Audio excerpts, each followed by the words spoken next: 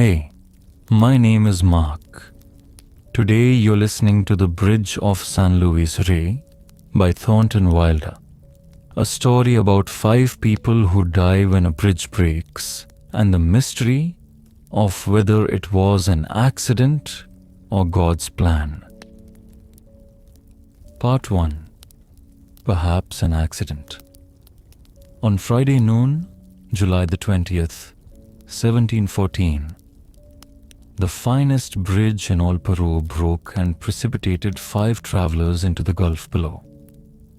This bridge was on the high road between Lima and Cusco, and hundreds of persons passed over it every day. It had been woven of osier by the Incas more than a century before, and visitors to the city were always led out to see it. It was a mere ladder of thin slats swung out over the gorge with handrails of dried vine.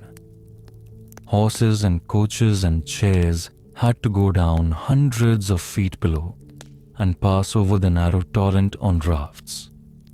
But no one, not even the viceroy, not even the Archbishop of Lima, had descended with the baggage rather than cross by the famous bridge of San Luis Rey. Saint Louis of France himself protected it by his name and by the little mud church on the further side. The bridge seemed to be among the things that last forever. It was unthinkable that it should break. The moment a Peruvian heard of the accident, he signed himself and made a mental calculation as to how recently he had crossed by it and how soon he had intended crossing by it again. People wandered about in a trance-like state, muttering. They had the hallucination of seeing themselves falling into a gulf.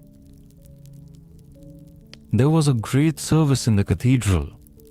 The bodies of the victims were approximately collected and approximately separated from one another, and there was great searching of hearts in the beautiful city of Lima.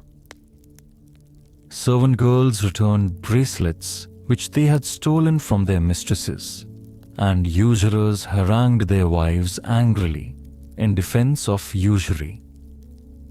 Yet, it was rather strange that this event should have so impressed the Limians. For that country, those catastrophes which lawyers shockingly call the acts of God were more than usually frequent. Tidal waves were continually washing away cities. Earthquakes arrived every week, and towers fell upon good men and women all the time. Diseases were forever flitting in and out of the provinces, and old age carried away some of the most admirable citizens. That is why it was so surprising that the Peruvians should have been especially touched by the rent in the bridge of San Luis Rey. Everyone was very deeply impressed, but only one person did anything about it, and that was Brother Juniper. By a series of coincidences so extraordinary that one almost suspects the presence of some intention, this little red-haired Franciscan from northern Italy happened to be in Peru converting the Indians and happened to witness the accident. It was a very hot noon, that fatal noon, and coming around the shoulder of a hill, Brother Juniper stopped to wipe his forehead and to gaze upon the screen of snowy peaks in the distance, then into the gorge below him, filled with the dark plumage of green trees and green birds, and traversed by its ladder of osier. Joy was in him. Things were not going badly. He had opened several little abandoned churches, and the Indians were crawling into early mass and groaning at the moment of miracle, as though their hearts would break. Perhaps it was the pure air from the snows before him. Perhaps it was the memory that brushed him for a moment of the poem that bade him raise his eyes to the helpful hills. At all events, he felt at peace. Then his glance fell upon the bridge, and at that moment a twanging noise filled the air, as when the string of some musical instrument snaps in a disused room, and he saw the bridge divide and fling 5 gesticulating ants into the valley below. Anyone else would have said to himself with secret joy, "Within 10 minutes, myself." But it was another thought that visited Brother Juniper. Why did Thin happen to those 5? If there were any plan in the universe at all, if there were any pattern in a human life, surely it could be discovered mysteriously latent in those lives so suddenly cut off. Either we live by accident and die by accident, or we live by plan and die by plan. And on that instant, Brother Juniper made the resolve to inquire into the secret lives of those 5 persons, that moment falling through the air, and to surprise the reason of their taking off. It seemed to Brother Juniper that it was a high time for theology to take its place among the exact sciences, and he had long intended putting it there. What he had lacked hitherto was a laboratory. Oh, there had never been any lack of specimens. Any number of his charges had met calamity. Spiders had stung them. Their lungs had been touched. Their houses had burned down, and things had happened to their children from which one averts the mind. But these occasions of human woe had never been quite fit for scientific examination. They had lacked what our good savants were later to call proper control. The accident had been dependent upon human error, for example, or had contained elements of probability. But this collapse of the bridge of San Luis Rey was a sheer act of God. It afforded a perfect laboratory. Here at last, one could surprise his intentions in a pure state. You and I can see that coming from anyone but Brother Juniper. This plan would be the flower of a perfect skepticism. It resembled the effort of those presumptuous souls who wanted to walk on the pavements of heaven and build the Tower of Babel to get there. But to our Franciscan, there was no element of doubt in the experiment. He knew the answer. He merely wanted to prove it historically, mathematically, to his converts. Poor, obstinate converts, so slow to believe that their pains were inserted into their lives for their own good. People were always asking for good sound proofs. Doubt springs eternal in the human breast, even in countries where the Inquisition can read your very thoughts in your eyes. This was not the first time that Brother Juniper had tried to resort to such methods. Often on the long trips he had to make, scurrying from parish to parish, his robe tucked up about his knees for haste, he would fall to dreaming of experiments that justify the ways of God to man. For instance, a complete record of the prayers for rain and their results. Often he had stood on the steps of one of his little churches, his flock kneeling before him on the baked street. Often he had stretched his arms to the sky and declaimed the splendid ritual. Not often, but several times he had felt the virtue enter him and seen the little cloud forming on the horizon. But there were many times when weeks went by. But why think of them? It was not himself he was trying to convince that rain and drought were wisely apportioned. Thus it was that the determination rose within him at the moment of the accident. It prompted him to busy himself for 6 years, knocking at all the doors in Lima, asking thousands of questions, filling scores of notebooks in his effort at establishing the fact that each of the 5 lost lives was a perfect whole. Everyone knew that he was working on some sort of memorial of the accident, and everyone was very helpful and misleading. A few even knew the principal aim of his activity, and they were patrons in high places. The result of all this diligence was an enormous book, which, as we shall see later, was publicly burned on a beautiful spring morning in the great square. But there was a secret copy, and after a great many years, and without much notice, it found its way to the library of the University of San Marco. There it lies between 2 great wooden covers, collecting dust in a cupboard.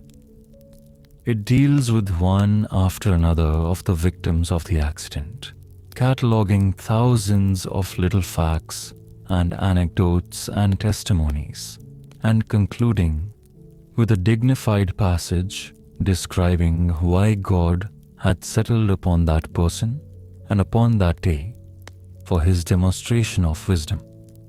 Yet for all his diligence, Brother Juniper never knew the central passion of Doña Maria's life, nor of Uncle Pio's, not even of Esteban's. And I, who claim to know so much more, isn't it possible that even I have missed the very spring within the spring? Some say that we shall never know, and that to the gods we are like the flies that the boys kill on a summer day.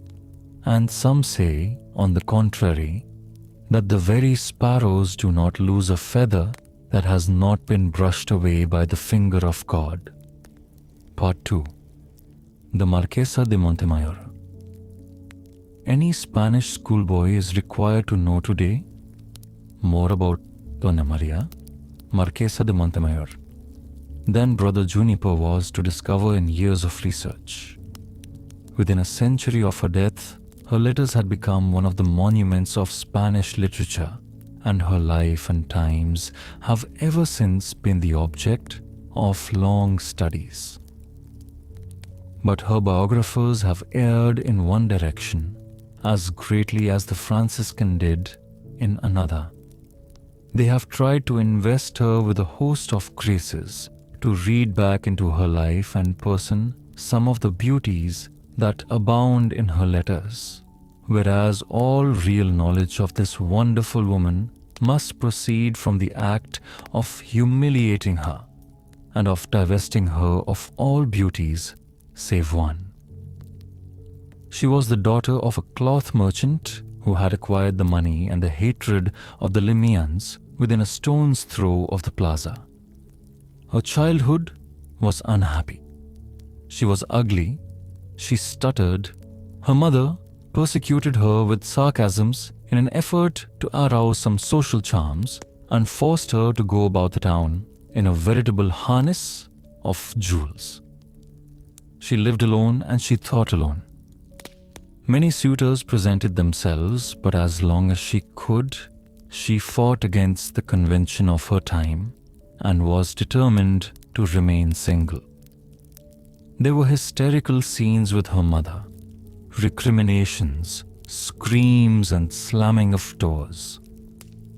At last, at 26, she found herself penned into marriage with a supercilious and ruined nobleman, and the Cathedral of Lima fairly buzzed with the sneers of her guests. Still she lived alone and thought alone, and when an exquisite daughter was born to her, she fastened upon her an idolatrous love. But little Clara took after her father. She was cold and intellectual. At the age of 8, she was calmly correcting her mother's speech and presently regarding her with astonishment and repulsion. The frightened mother became meek and obsequious, but she could not prevent herself from persecuting Doña Clara with nervous attention and a fatiguing love. Again there were hysterical recriminations, screams and slamming of doors. From the offers of marriage that fell to her, Doña Clara deliberately chose the one that required her removal to Spain. So to Spain she went, to that land from which it takes 6 months to receive an answer to one's letter. The leave-taking before so long a voyage became in Peru one of the formal services of the church. The ship was blessed, and as the space widened between the vessel and the beach, both companies knelt and sang a hymn that never failed to sound weak and timid in all that open air. Doña Clara sailed with most admirable composure, leaving her mother to gaze after the bright ship, her hand pressing now her heart and now her mouth. Blurred and streaked became her view of the serene Pacific and the enormous clouds of pearl that hang forever motionless above it. Left alone in Lima, the Marquesa's life grew more and more inward. She became increasingly negligent in her dress, and like all lonely people, she talked to herself audibly. All her existence lay in the burning center of her mind. On that stage were performed endless dialogues with her daughter, impossible reconciliations, scenes eternally recommenced of remorse and forgiveness. On the street you beheld an old woman, her red wig fallen a little over one ear, her left cheek angry with a leprous affection, her right with a complimentary adjustment of rouge. Her chin was never dry, her lips were never still. Lima was a city of eccentrics, but even there she became its jest as she drove through the streets or shuffled up the steps of its churches. She was thought to be continuously drunk. Worse things were said of her, and petitions were afloat that she be locked up. She had been denounced 3 times before the Inquisition. It is not impossible that she might have been burned had her son-in-law been less influential in Spain, and had she not somehow collected a few friends about the vice-regal court who suffered her for her oddity and her wide reading. The distressing character of the relations between mother and daughter were further embittered by misunderstandings over money. The Condesa received a handsome allowance from her mother and frequent gifts. Doña Clara soon became the outstanding woman of intelligence at the Spanish court. All the wealth of Peru would have been insufficient to maintain her in the grandiose style she fancied for herself. Strangely enough, her extravagance proceeded from one of the best traits in her nature. She regarded her friends, her servants, and all the interesting people in the capital as her children.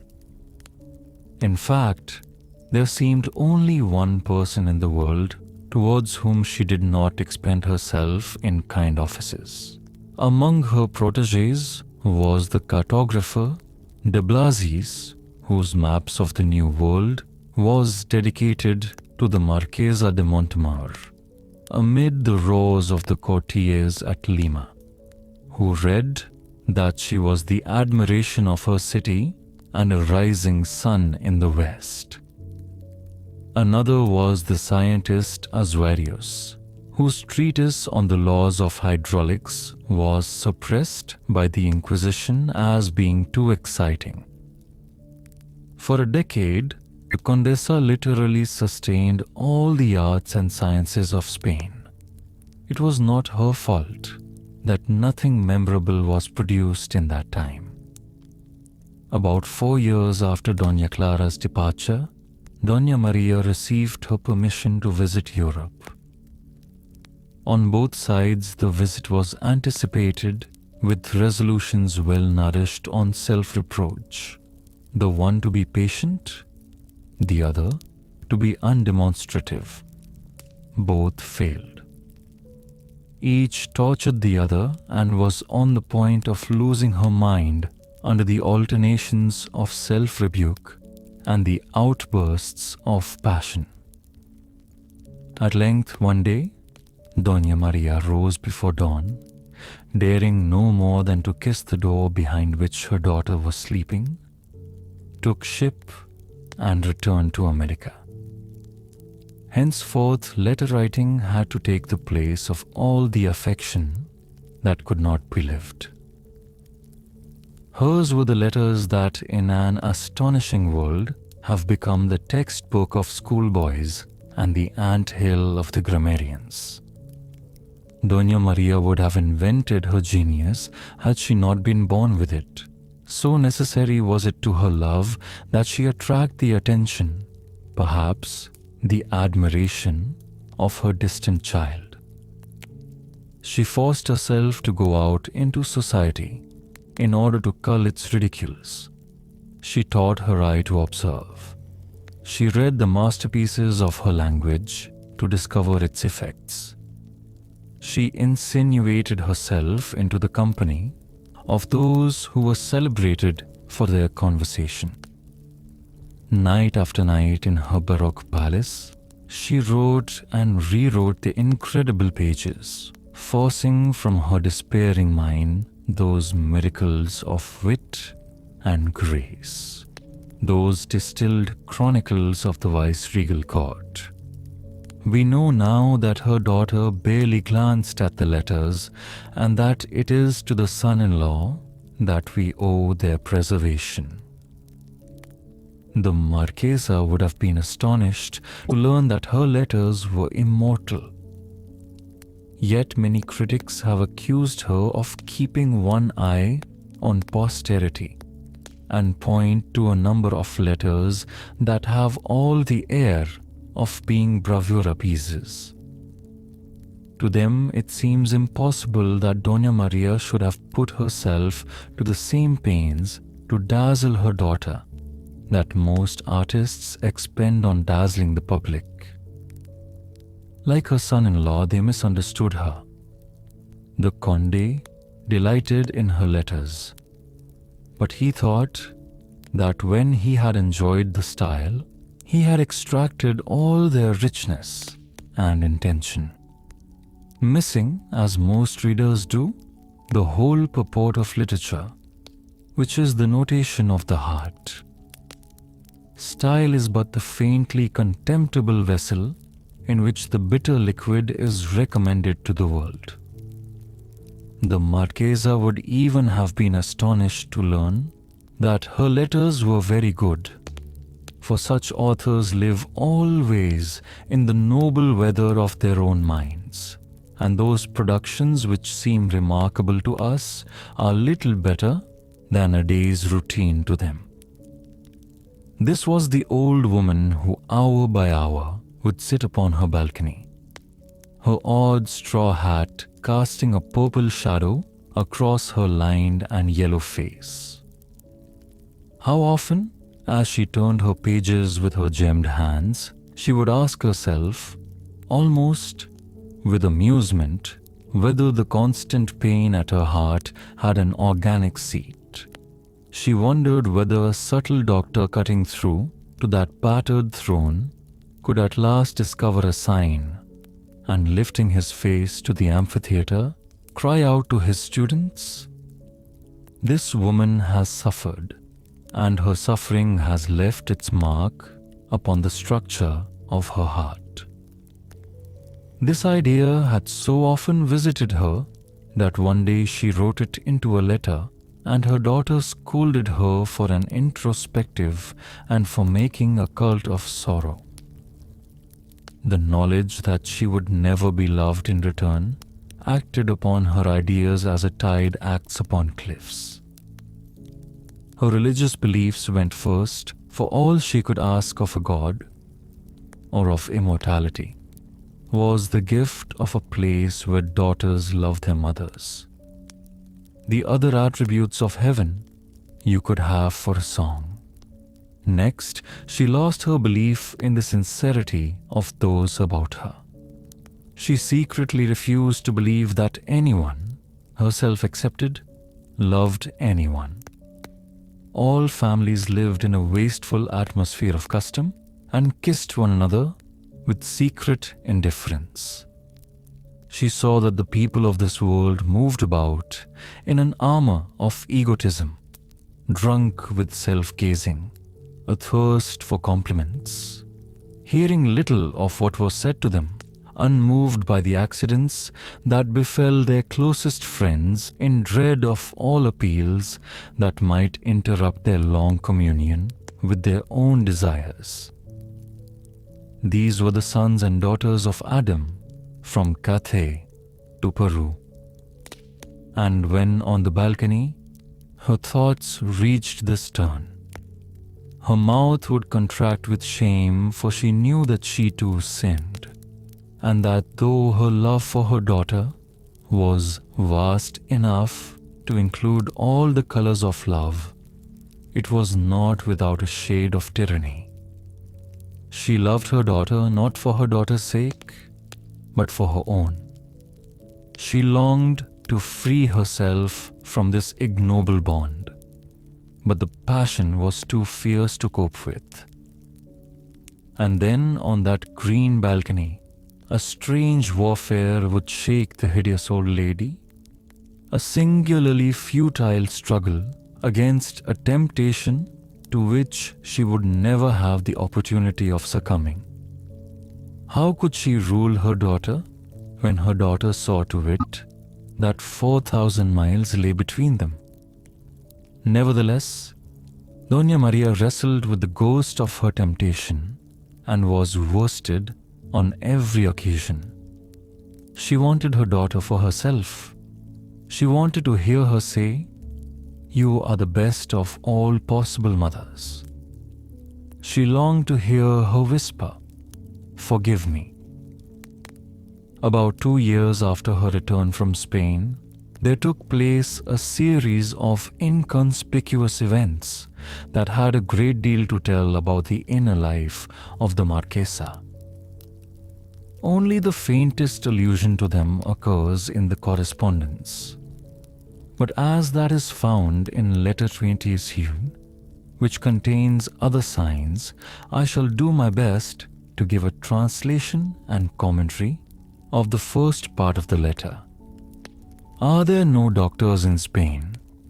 Where are those good men from Flanders that used to help you so? Oh, my treasure, how can we punish you enough for letting your cold endure so many weeks? Don Vicente, I implore you to make my child see reason. Angels of heaven, I implore you to make my child see reason. Now that you are better, I beg of you, resolve that when the first warning of a cold comes, you will steam yourself well and go to bed. Here in Peru I am helpless. I can do nothing. Do not be self-willed, beloved. God bless you. I am enclosing in today's packet the gum of some tree which the sisters of San Tomas peddle from door to door. Whether it be of much use, I know not. It can do no harm. I am told that in the convent the silly sisters inhale it so diligently that one cannot smell the incense at Mass. Whether it be worth anything, I know not. Try it. Rest easy, my love. I am sending His Most Catholic Majesty the perfect cold chain. Her daughter had written her The chain arrived in good condition, and I wore it at the christening of the Infante. His Most Catholic Majesty was gracious enough to admire it, and when I told him that you had given it me, he sent you his compliments upon your taste. Do not fail to send him one as like it as possible. Send it at once by way of the Chamberlain. He need never know that in order to obtain it, I had to walk into a picture. Do you remember that in the sacristy of San Martin, there is a portrait by Velasquez of the viceroy who founded the monastery and of his wife and brat, and that his wife is wearing a gold chain. I resolved that only that chain would do. So one midnight I slipped into the sacristy, climbed upon the robing table like a girl of 12 and walked in. The canvas resisted for a moment, but the painter himself came forward to lift me through the pigment. I told him that the most beautiful girl in Spain wished to present the finest gold chain that could be found to the most gracious king in the world. It was as simple as that, and there we stood talking, we four, in the grey and silvery air that makes a Velasquez. Now I keep thinking about a more golden light. I keep looking at the palace. I must pass the evening in a Titian. Would the viceroy let me? But His Excellency has the gout again. I say again because the flattery of the court insists that there are times when he is free of it. This being St. Mark's Day, His Excellency started out to visit the university where 22 new doctors were being brought into the world. He had hardly been carried from his divan to his coach when he screamed and refused to go any further. He was carried back to his bed where he broke a most delicious cigar and sent for the Perichol. And while we listened to long doctrinal addresses, more or less in Latin, he heard all about us, more or less in Spanish, from the reddest and cruelest lips in town. Doña Maria permitted herself this passage, although she had just read in her daughter's last letter. How many times must I tell you to be more cautious in the things you say in your letters? They often show signs of having been opened on the journey. Nothing could be more ill-judged than your remarks on the you-know-what-I-mean at Cusco. Such remarks are not funny, even though Vicente did compliment you upon them in his postscript, and they might get us into a great deal of trouble with certain persons here in Spain. I continue to be astonished that your indiscretions have not long since led to your being ordered to retire to your farm. There was a great press at the exercises, and 2 women fell from the balcony. But God in His goodness saw that they fell on Doña Merced. All 3 are badly hurt, but will be thinking of other things within a year. The president was speaking at the moment of the accident, and being short-sighted, could not imagine what the disturbance of cries and talk and falling bodies could be about. It was very pleasant to see him bowing, under the impression that he was being applauded.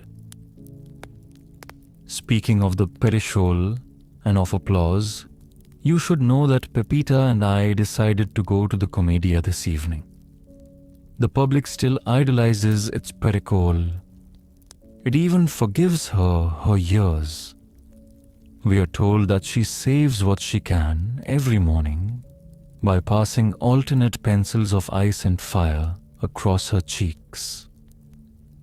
Translation falls especially short of this conceit, which carries the whole flamboyance of the Spanish language. It was intended as an obsequious flattery of the Condesa and was untrue. The great actress was 28 at this time. Her cheeks had the smoothness and polish of dark yellow marble, and would certainly have retained that quality for many years. Apart from the cosmetics required by her performances, the only treatment Camilla Perichol afforded her face was to throw cold water at it twice a day, like a peasant woman at a horse trough. That curious man they call Uncle Pio is by her all the time. Don Rubio says that he cannot make out whether Uncle Pio is her father, her lover, or her son.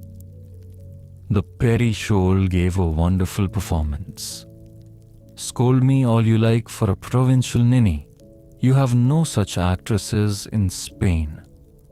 And so on.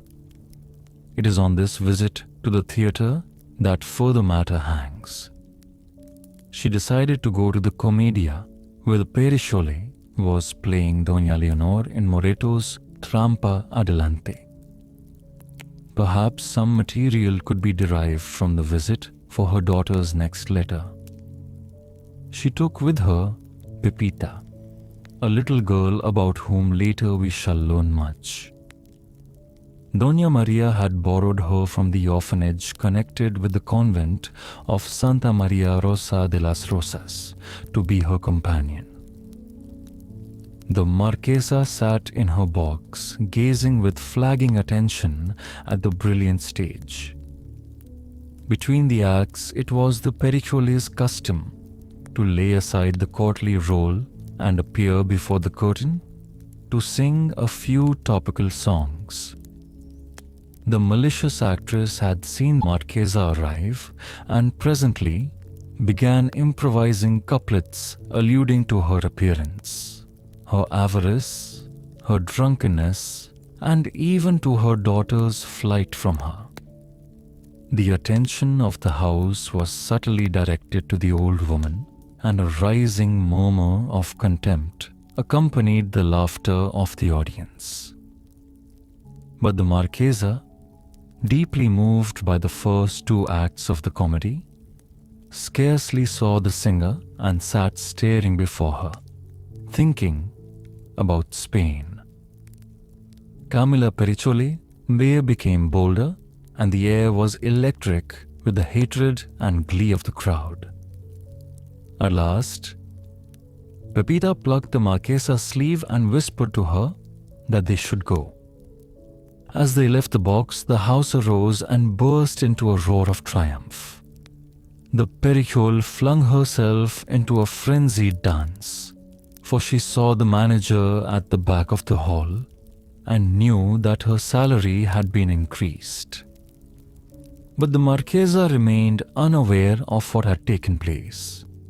In fact, she was quite pleased, for during the visit, she had contrived a few felicitous phrases, who knows, that might bring a smile to her daughter's face and might make her murmur, "Really, my mother is charming." In due time, the report reached the Viceroy's ears that one of his aristocrats had been openly baited in the theatre. He summoned the Perichole to the palace and ordered her to call upon the Marquesa and to apologize. The trip was to be made barefoot and in a black dress. Camilla argued and fought, but all she gained was a pair of shoes. The Viceroy had 3 reasons for insisting. In the first place, the singer had taken liberties with his court. Don Andres had contrived to make exile endurable by building up a ceremonial so complicated that it could be remembered only by a society that had nothing else to think about. He nursed his little aristocracy and its minute distinctions, and any insult paid to a Marquesa was an insult to his person.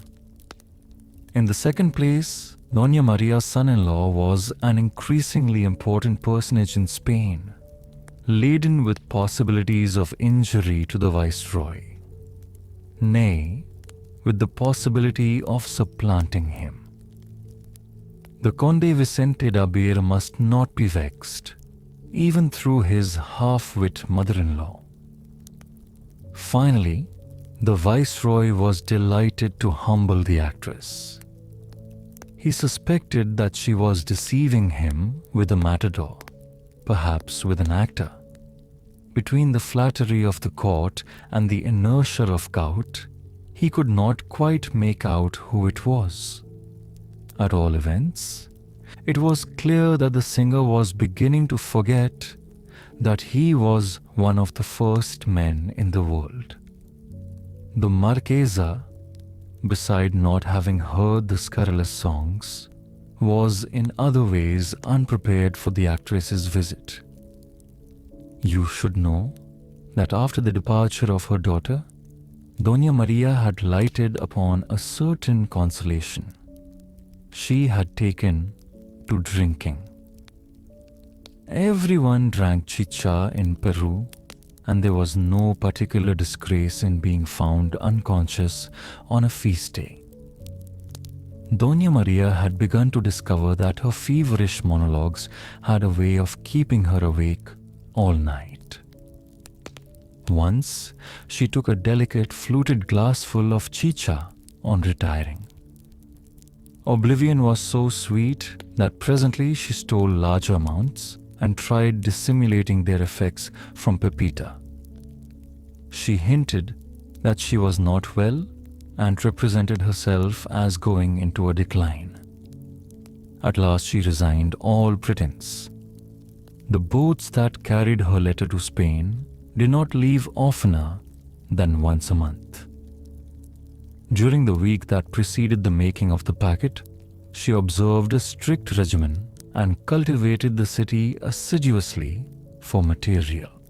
At last, on the eve of the post, she wrote the letter, making up the bundle towards dawn and leaving it for Pepita to deliver to the agent.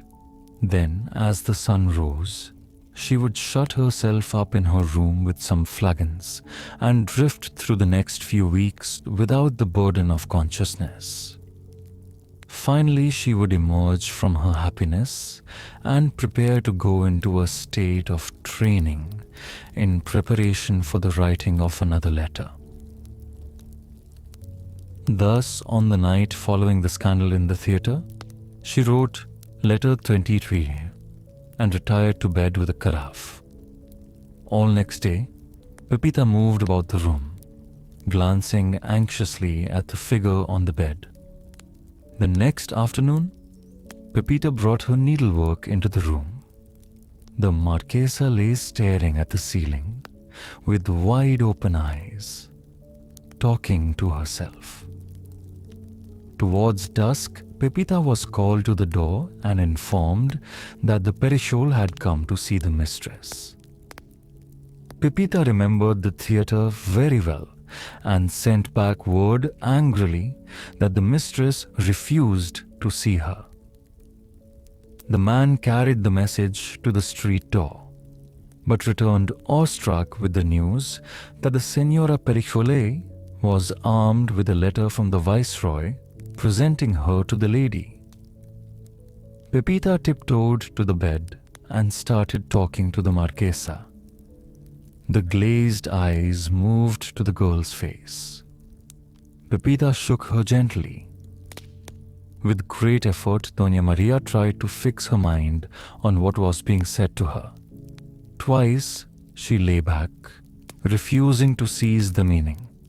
But at last, like a general calling together in a rain, and by night, the dispersed division of his army, she assembled memory and attention and a few other faculties, and painfully pressing her hand to her forehead, she asked for a bowl of snow. When it was brought her, she long and drowsily pressed handfuls of it against her temples and cheeks. Then rising, she stood for a long time leaning against the bed and looking at her shoes. At last, she raised her head with decision. She called for her fur-trimmed cloak and a veil. She put them on and tottered into her handsomest reception room, where the actress stood waiting for her. Camilla had intended to be perfunctory and, if possible, impudent, but now she was struck for the first time with the dignity of the old woman. The Moserra's daughter could carry herself at times with all the distinction of the Montemails, and when she was drunk, she wore the grandeur of Hecuba. For Camilla, the half-closed eyes had the air of weary authority, and she began almost timidly. "I come, Senora, to make sure that you could not have misunderstood anything I said on the evening that your grace did me the honor to visit my theater." "Misunderstood? Misunderstood?" said the Marchesa. "Your grace might have misunderstood and thought that my words were intended to be disrespectful to your grace.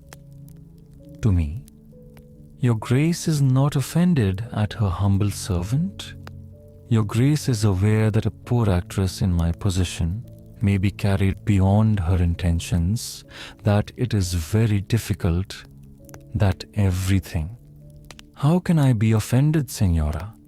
All that I can remember is that you gave a beautiful performance. You're a great artist. You should be happy.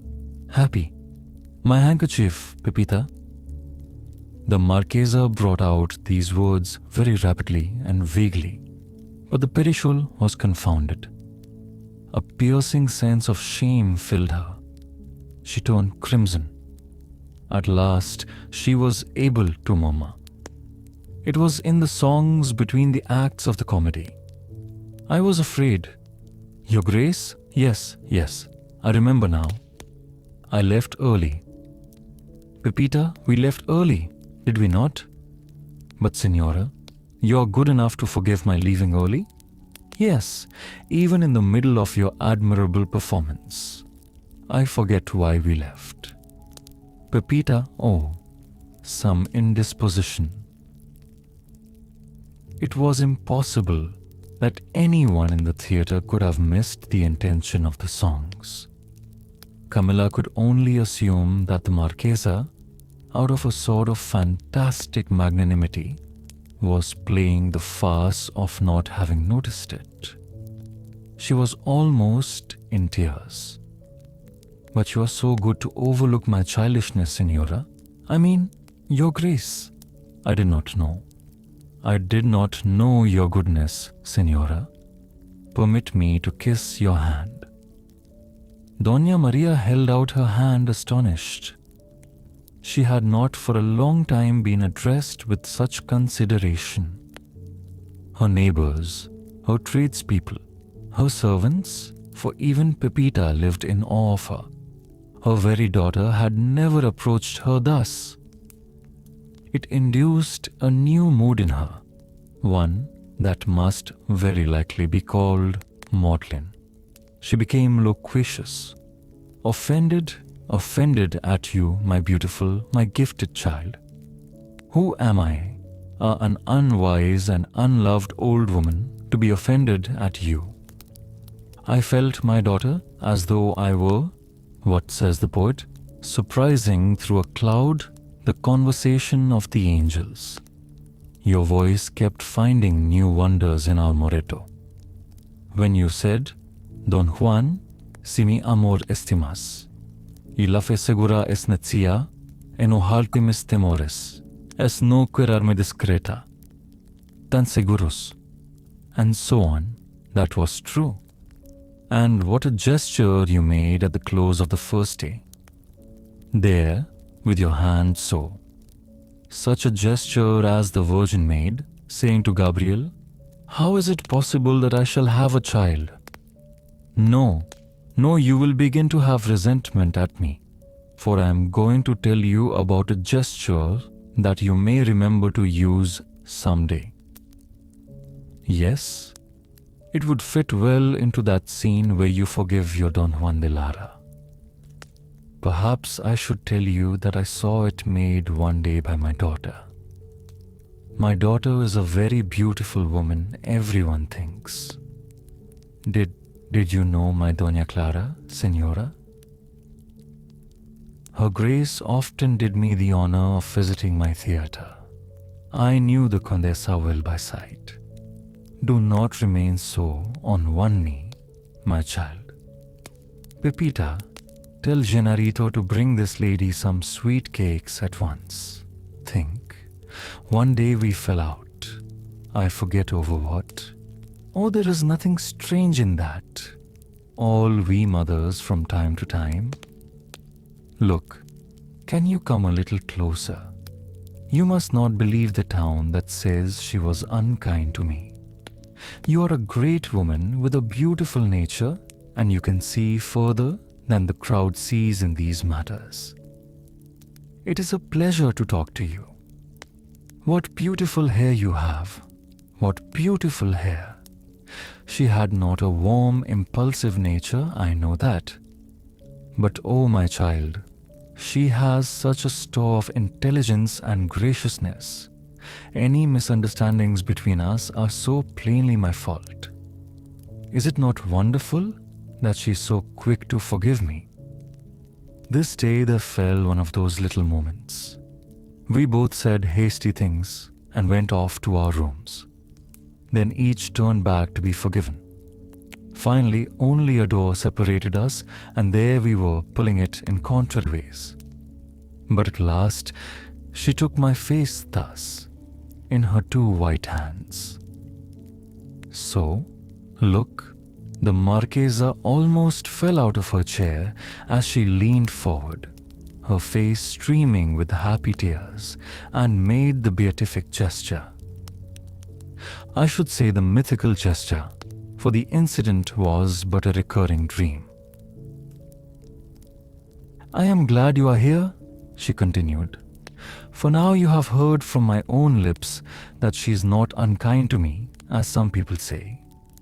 Listen, Senora, the fault was mine. Look at me. Look at me. There was some mistake that made me the mother of so beautiful a girl. I am difficult. I am trying. You and she are great women. No, do not stop me. You are rare women, and I am only a nervous, a foolish, a stupid woman. Let me kiss your feet. I am impossible. I am impossible. I am impossible. Here indeed, the old woman did fall out of her chair and was gathered up by Pepita and led back to her bed. The Perichol walked home in consternation and sat for a long time, gazing into her eyes in the mirror, her palms pressed against her cheeks. But the person who saw most of the difficult hours of the Marquesa was her little companion, Pepita. Pepita was an orphan and had been brought up by that strange genius of Lima, the Abbess Madre Maria del Pilar. The only occasion upon which the two great women of Peru, as the perspective of history was to reveal them, met face to face was on the day when Doña Maria called upon the directress of the convent of Santa Maria Rosa de las Rosas and asked if she might borrow some bright girl from the orphanage to be her companion. The abbess gazed hard at the grotesque old woman.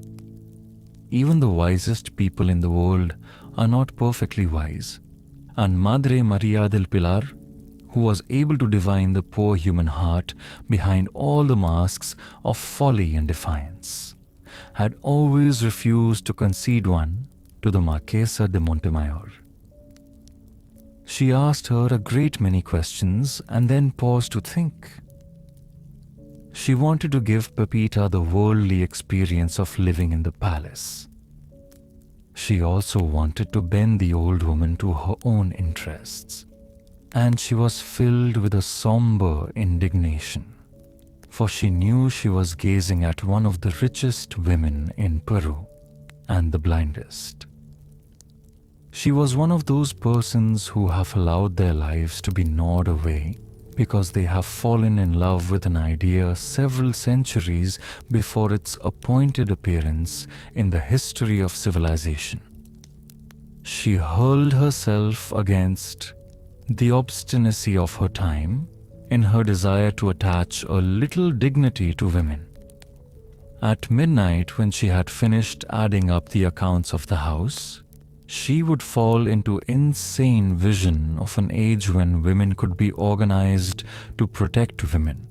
Women traveling, women as servants, women when they are old or ill, the women she had discovered in the mines of Potosi or in the workrooms of the cloth merchants, the girls she had collected out of doorways on rainy nights. But always the next morning, she had to face the fact that the women in Peru, even her nuns, went through life with two notions. One, that all the misfortunes that might befall them were merely due to the fact that they were not sufficiently attractive to bind some man to their maintenance, and two, that all the misery in the world was worth his caress. She had never known any country but the environs of Lima, and she assumed that all its corruption was the normal state of mankind. Looking back from our century, we can see the whole folly of her hope. 20 such women would have failed to make any impression on that age. Yet, she continued diligently in her task. She resembled the swallow in the fable who once every 1,000 years transferred a grain of wheat in the hope of rearing a mountain to reach the moon. Such persons are raised up in every age. They obstinately insist on transporting their grains of wheat, and they derive a certain exhilaration from the sneers of the bystanders. "How queerly they dress," we cry. "How queerly they dress." Her plain red face had great kindliness, and more idealism than kindliness, and more generalship than idealism. All her work, her hospitals, her orphanage, her convent, her sudden journeys of rescue depended upon money. No one harbored a fairer admiration for mere goodness. But she had been obliged to watch herself sacrificing her kindliness, almost her idealism, to generalship. So dreadful were the struggles to obtain her subsidies from her superiors in the church. The Archbishop of Lima, whom we shall know later in a more graceful connection, hated her with what he called a Vatinian hate, and counted the cessation of her visits among the compensations for dying.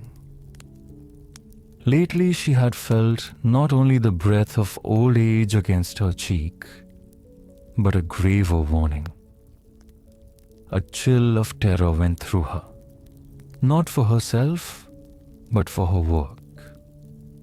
Who was there in Peru to value the things she had valued? And rising one day at dawn, she had made a rapid journey through her hospital and convent and orphanage, looking for a soul she might train to be her successor. She hurried from empty face to empty face, occasionally pausing, more from hope than conviction. In the courtyard she came upon a company of girls at work over the linen, and her eyes fell at once upon a girl of 12 who was directing the others at the trough, and at the same time recounting to them with great dramatic fire the less probable miracles in the life of Saint Rose of Lima. So it was that the search ended with Pepita. The education for greatness is difficult enough at any time, but amid the sensibilities and jealousies of a convent, it must be conducted with fantastic indirection. Pepita was assigned to the most disliked tasks in the house, but she came to understand all the aspects of its administration.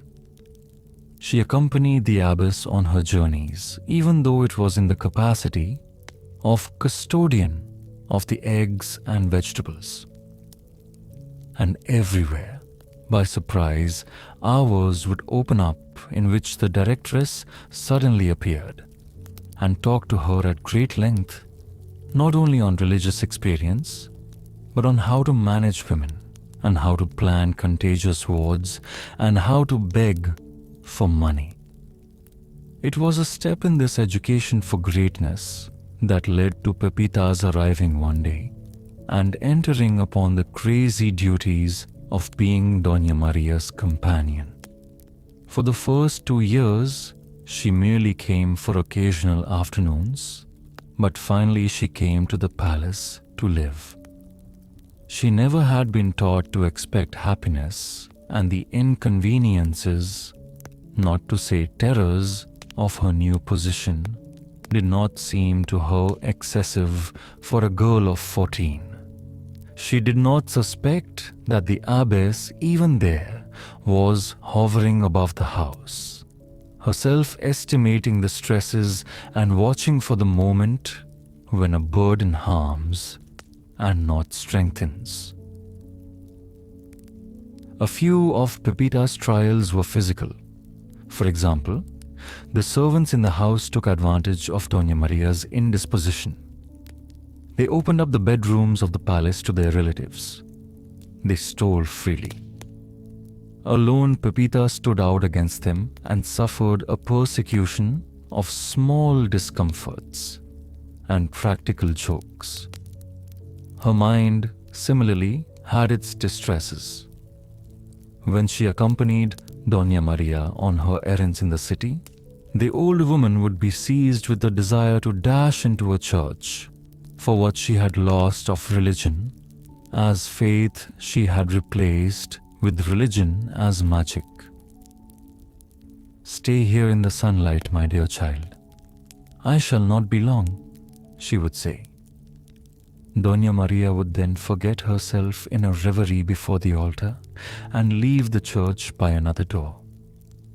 Pepita had been brought up by Madre Maria del Pilar to an almost morbid obedience, and when after many hours she ventured into the church and made sure that her mistress was no longer there, still she returned to the street corner and waited while the shadows fell gradually across the square.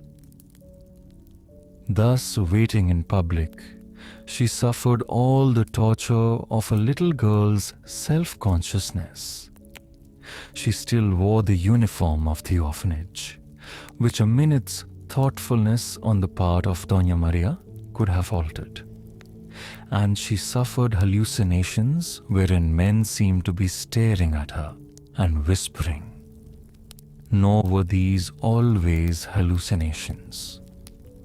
No less her heart suffered, for on some days Doña Maria would suddenly become aware of her and would talk to her cordially and humorously, would let appear for a few hours all the exquisite sensibility of the letters.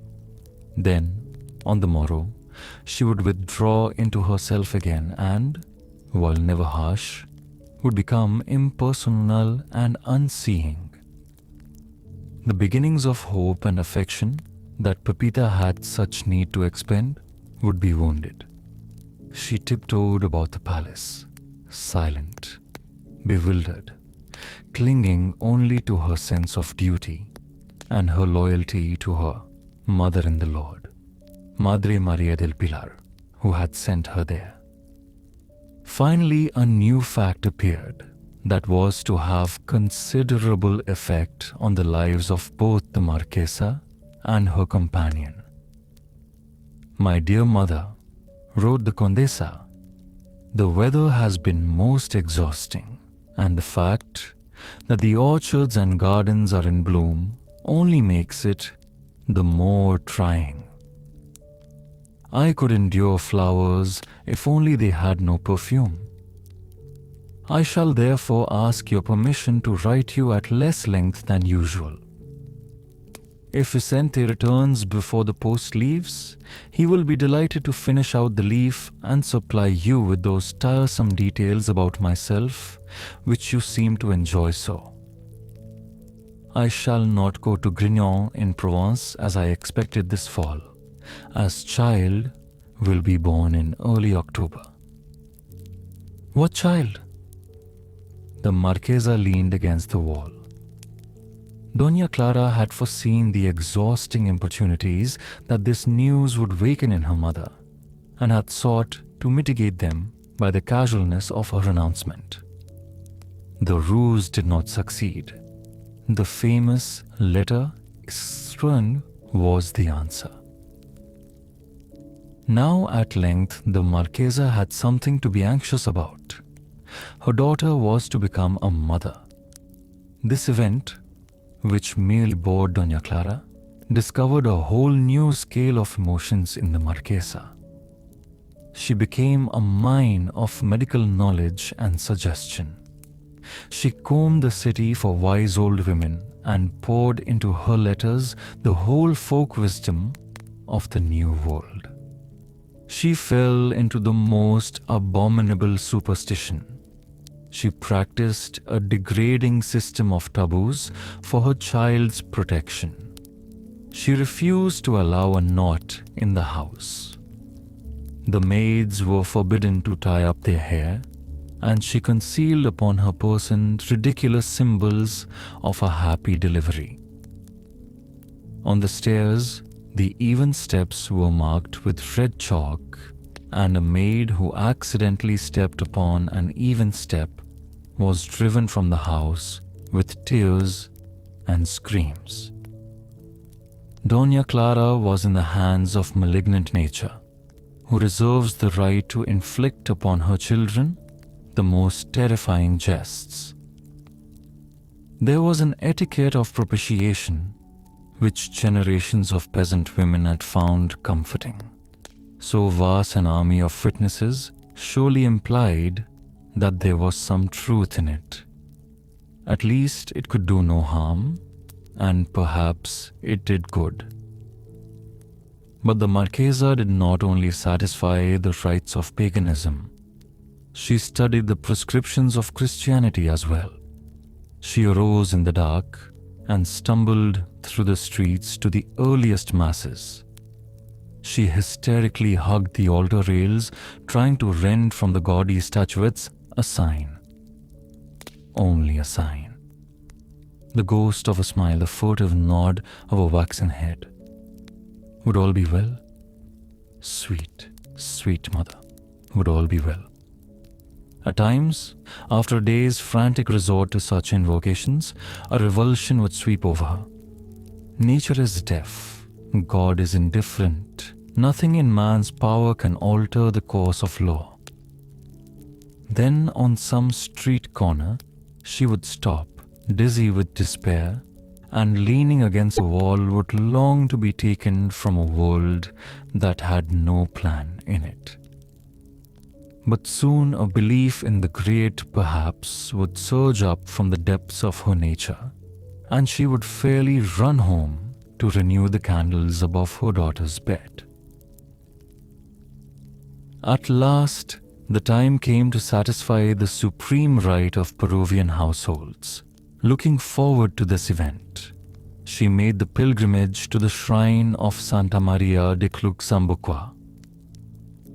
If there resided any efficacy in devotion at all, surely it lay in a visit to this great shrine.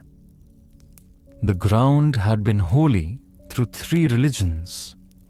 Even before the Incan civilization, distraught human beings had hugged the rocks and lashed themselves with whips to wring their will from the skies. Thither the Marquesa was carried in her chair, Crossing the bridge of San Luis Rey and ascending up into the hills toward that city of large girdled women, a tranquil town, slow-moving and slow-smiling. A city of crystal air, cold as the springs that fed its many fountains. A city of bells, soft and musical, and tuned to carry on with one another the happiest quarrels. If anything turned out for disappointment in the town of Tlaxambuca, the grief was somehow assimilated by the overwhelming imminence of the Andes and by the weather of quiet joy that flowed in and about the side streets. No sooner did the Marquesa see from a distance the white walls of this town perched on the knees of the highest peaks than her fingers ceased turning the beads, and the busy prayers of her fright were cut short on her lips. She did not even alight at the inn, but leaving Pepita to arrange for their stay, she went on to the church and knelt for a long time, patting her hands softly together. She was listening to the new tide of resignation that was rising within her. Perhaps she would learn in time to permit both her daughter and her gods to govern their own affairs. She was not annoyed by the whispering of the old women in padded garments who sold candles and medals and talked about money from dawn to dark. She was not even distracted by an officious sacristan who tried to collect a fee for something or other and who, from spite, made her change her place under the pretext of repairing a tile on the floor. Presently she went out into the sunshine and sat on the steps of the fountain. She watched the little processions of invalids slowly revolving about the gardens. She watched 3 hawks plunging about the sky. The children who had been playing by the fountain stared at her for a moment and went away alarmed. But Alama, a lady with a long neck and sweet shallow eyes, burdened down by a fur cape too heavy for her, and picking her way delicately down an interminable staircase, came over and offered her a velvet cleft nose to stroke. The Lama is deeply interested in the men about her, is even fond of pretending that she too is one of them, and of inserting her head into their conversations as though in a moment she would lift her voice and contribute a one and helpful comment. Soon, Doña Maria was surrounded by a number of these sisters who seemed on the point of asking her why she clapped her hands so and how much her veiling cost a yard. Doña Maria had arranged that any letters arriving from Spain should be brought to her at once by a special messenger. She had traveled slowly from Lima, and even now, as she sat in the square, a boy from her farm ran up and put into her hand a large packet wrapped in parchment and dangling some nuggets of sealing wax. Slowly she undid the wrappings. With measured, stoic gestures, she read first an affectionate and jocose note from her son-in-law, then her daughter's letter.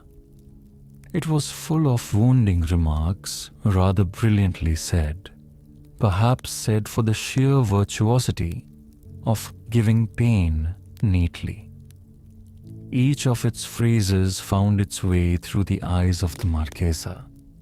Then, carefully wrapped in understanding and forgiveness, it sank into her heart.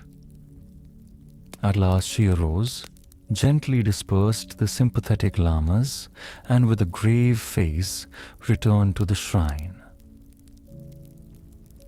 While Doña Maria was passing the late afternoon in the church and in the square, Pepita was left to prepare their lodging. She showed the porters where to lay down the great wicker hampers and set about unpacking the altar, the brazier, the tapestries, and the portraits of Doña Clara. She descended into the kitchen and gave the cook exact instructions as to the preparations of a certain porridge upon which the Marquesa principally subsisted. Then she returned to the rooms and waited. She resolved to write a letter to the abbess. She hung for a long time over the quill, staring into the distance with trembling lip. She saw the face of Madre Maria del Pilar, so red and scrubbed, and the wonderful black eyes. She heard her voice as at the close of supper, the orphan sitting with lowered eyes and folded hands. She commented on the events of the day, or as, by candlelight, she stood among the beds of the hospital and announced the theme for meditation during the night. But most clearly of all, Pepita remembered the sudden interviews when the abbess, not daring to wait until the girl was older, had discussed with her the duties of her office. She had talked to Pepita as to an equal. Such speech is troubling and wonderful to an intelligent child, and Madre Maria del Pilar had abused it. She had expanded Pepita's vision of how she should feel and act beyond the measure of her years. And she had unthinkingly turned upon Pepita the full blaze of her personality, as Jupiter had turned his upon Semele. Pepita was frightened by her sense of insufficiency. She hid it and wept.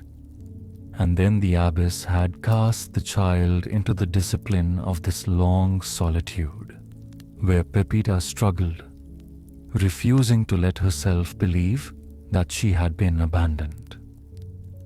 And now from this strange inn in these strange mountains, where the altitude was making her light-headed, Pepita longed for the dear presence, the only real thing in her life. She wrote a letter, all ink stains and incoherence. Then she went downstairs to see about fresh charcoal and to taste the porridge. The Marquesa came in and sat down at the table. "I can do no more. What will be, she whispered. She unbound from her neck the amulets of her superstition and dropped them into the glowing brazier. She had a strange sense of having antagonized God by too much prayer, and so addressed him now obliquely. "After all, it is in the hands of another. I no longer claim the least influence. What will be, will be." She sat for a long time, her palms against her cheeks, making a blank of her mind. Her eyes fell on Pepita's letter. She opened it mechanically and started to read. She had read a full half of it before her attention was aware of the meaning of the words. "But all this is nothing if you like me and wish me to stay with her.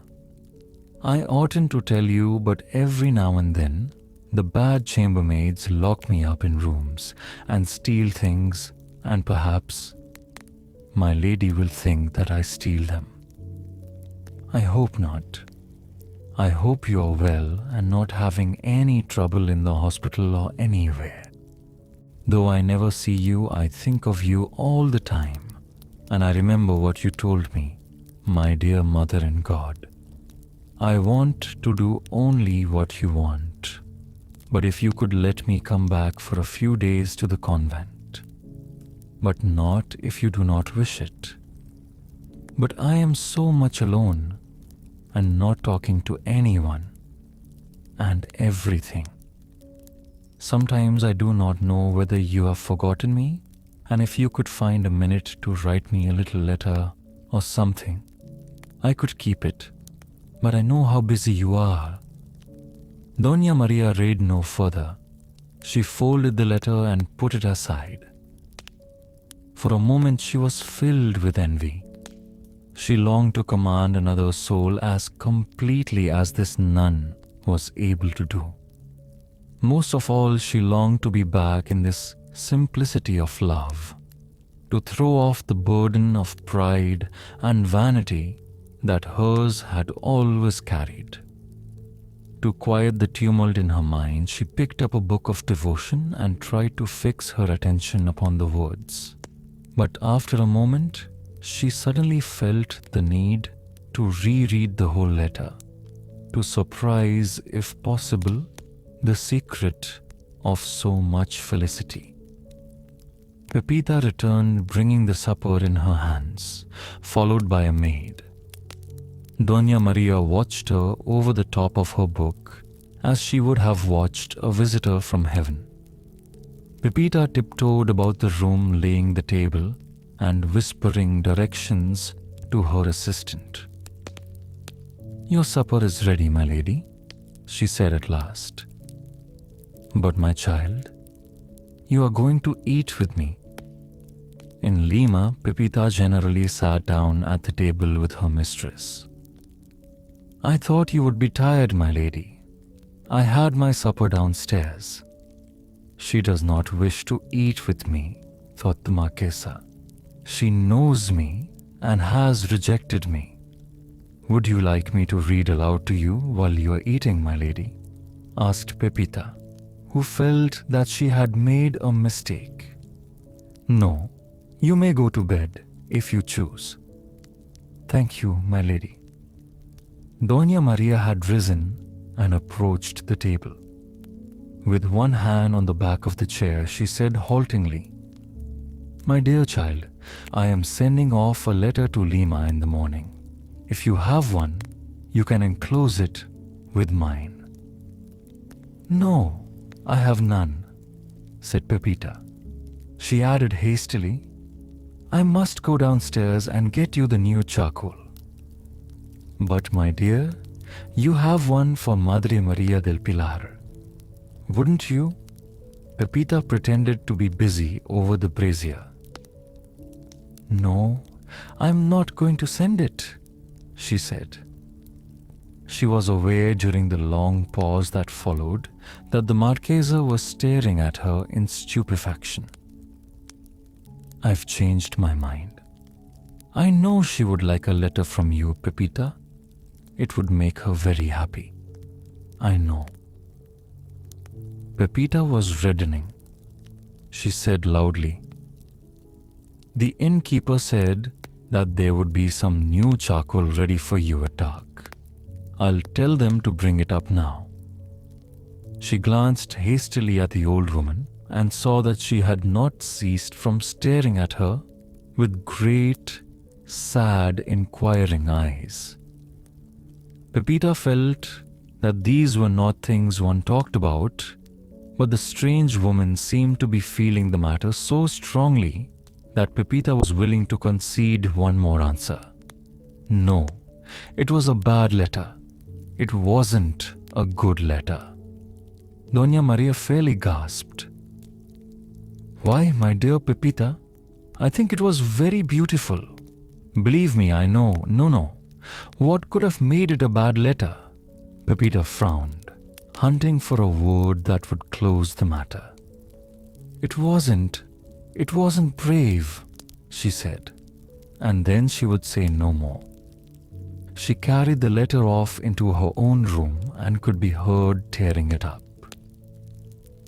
Then she got into bed and lay staring into the darkness, still uncomfortable at having talked in such a fashion. And Doña Maria sat down to her dish, amazed. She had never brought courage to either life or love. Her eyes ransacked her heart.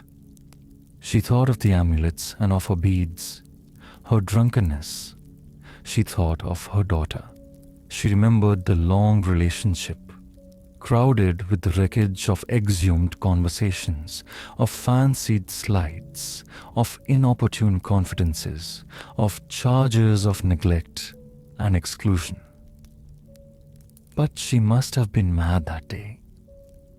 She remembered beating upon the table. "But it's not my fault," she cried. "It's not my fault that I was so. It was circumstance. It was the way I was brought up. Tomorrow I begin a new life. Wait and see. Oh, my child." At last, she cleared away the table and, sitting down, wrote what she called her first letter, her first stumbling misspelled letter in courage. She remembered with shame that in the previous one, she had piteously asked her daughter how much she loved her, and had greedily quoted the few and hesitant endearments that Doña Clara had lately ventured to her. Doña Maria could not recall those pages, but she could write some new ones, free and generous. No one else has regarded them as stumbling. It is the famous letter LVI, known to the encyclopedists as her 2 Corinthians because of its immortal paragraph about love. Of the thousands of persons we meet in a lifetime, my child, and so on, it was almost dawn when she finished the letter. She opened the door upon her balcony and looked at the great tiers of stars that glittered above the Andes. Throughout the hours of the night, though there had been few to hear it, the whole sky had been loud with the singing of these constellations.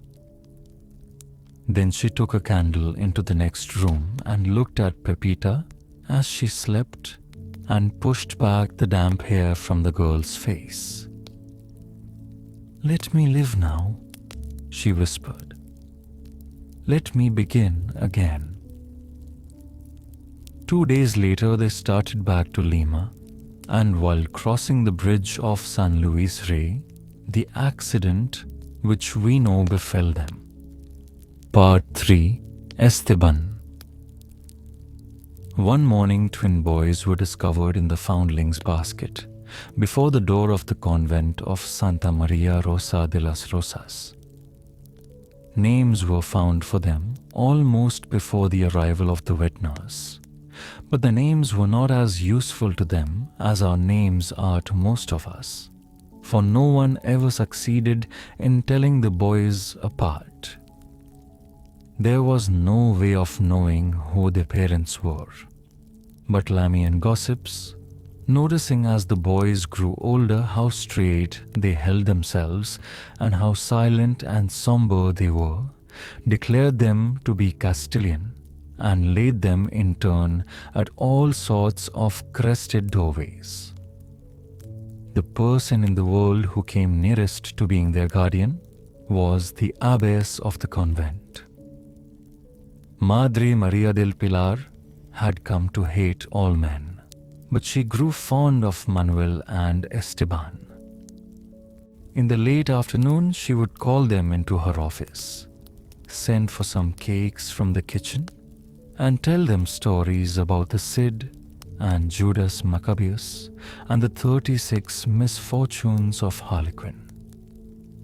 She grew to love them so that she would catch herself gazing deep into their black and frowning eyes, looking for those traits that would appear when they grew to be men, all that ugliness, all that soullessness that made hideous the world she worked in.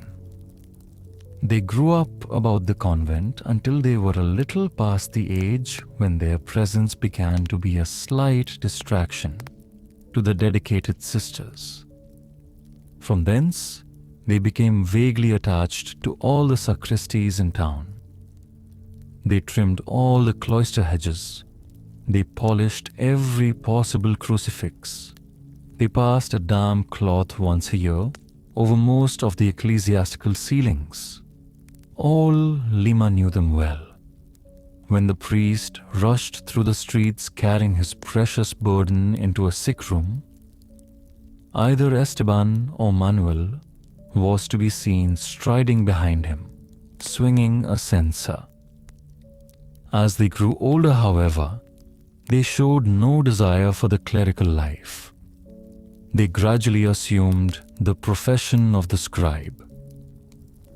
There were few printing presses in the New World, and the boys soon made a fair living transcribing comedies for the theatre, ballads for the crowds, and advertisements for the merchants.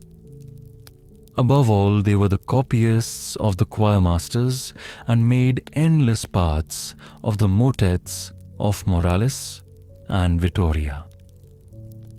Because they had no family, because they were twins, and because they were brought up by women, they were silent. There was in them a curious shame in regard to their resemblance. They had to live in a world where it was the subject of continual comment and joking. It was never funny to them, and they suffered the eternal pleasantries with stolid patience. From the years when they first learned to speak, they invented a secret language for themselves, one that was scarcely dependent on the Spanish for its vocabulary or even for its syntax. They resorted to it only when they were alone, or at great intervals in moments of stress whispered it in the presence of others. The Archbishop of Lima was something of a philologist. He dabbled in dialects. He had even evolved quite a brilliant table for the vowel and consonant changes from Latin into Spanish and from Spanish into Indian Spanish. He was storing up notebooks of quaint law against an amusing old age he planned to offer himself back on his estates outside Segovia. So when he heard one day about the secret language of the twin brothers, he trimmed some quills and sent for them. The boys stood humiliated upon the rich carpets of his study while he tried to extract from them the bread and tree, and their I see and I saw. They did not know why the experience was so horrible to them. They bled. Long, shocked silences followed each of the Archbishop's questions, until finally, one or the other mumbled an answer. The priest thought for a while that they were merely in awe before his rank and before the luxury of his apartment, but at last, much perplexed, he divined the presence of some deeper reluctance and sadly let them go. This language was the symbol of their profound identity with one another. For just as resignation was a word insufficient to describe the spiritual change that came over the Marquesa de Montemayor on that night in the inn at Cluxambuqua, so love is inadequate to describe the tacit, almost ashamed oneness of these brothers. What relationship is it in which few words are exchanged, and those only about the details of food, clothing, and occupation? In which the two persons have a curious reluctance even to glance at one another, and in which there is a tacit arrangement not to appear together in the city and to go on the same errand by different streets. And yet, side by side with this, there existed a need of one another so terrible that it produced miracles as naturally as the charged air of a sultry day produces lightning. The brothers were scarcely aware of it themselves, but telepathy was a common occurrence in their lives, and when one returned home, the other was always aware of it when his brother was still several streets away. Suddenly they discovered that they were tired of writing. They went down to the sea and found an occupation in loading and unloading vessels, not ashamed of working side by side with Indians. They drove teams across the provinces. They picked fruit. They were ferrymen. And always they were silent. Their somber faces took on from these labors a male and gypsy cast. Their hair was seldom cut, and under the dark mat, their eyes looked up suddenly, surprised and a little sullen. All the world was remote and strange and hostile except one's brother. But at last the first shadow fell across this unity, and the shadow was cast by the love of women. They had returned to the city and resumed the copying of parts for the theatre. One night, the manager, foreseeing a thinning house, gave them a free admission. The boys did not like what they found there. Even speech was for them a debased form of silence. How much more futile is poetry, which is a debased form of speech? All those allusions to honor, reputation, and the flame of love, all the metaphors about birds, Achilles, and the jewels of Ceylon were fatiguing. In the presence of literature, they had the same darkling intelligence that stirs for a time behind the eyes of a dog. But they sat on patiently, gazing at the bright candles and the rich clothes. Between the acts of the comedy, the Pericule stepped out of her role, put on 12 petticoats, and danced before the curtain. Esteban had some copying still to do, or pretended so, and went home early. But Manuel stayed on. The red stockings and shoes of the Pericule had made their impression. Both brothers had fetched and carried their manuscripts up and down the dusty stairs behind the stage. There they had seen an irritable girl in a soiled bodice mending her stockings before a mirror while her stage director read aloud her lines for memorization. She had let fall upon the boys for a moment the detonation of her amazing eyes, immediately dissipated in her amused recognition that they were twins. Forthwith, she had dragged them into the room and placed them side by side. Carefully, amusedly, and remorselessly, she had peered into every square inch of their faces, until finally, laying one hand on Esteban's shoulder, she had cried out, "This one is the younger." That had been several years before, and neither brother had thought of the episode again. Henceforth, all Manuel's errands seemed to lead him past the theatre. Late at night, he would drift about among the trees beneath her dressing room window. It was not the first time that Manuel had been fascinated by a woman.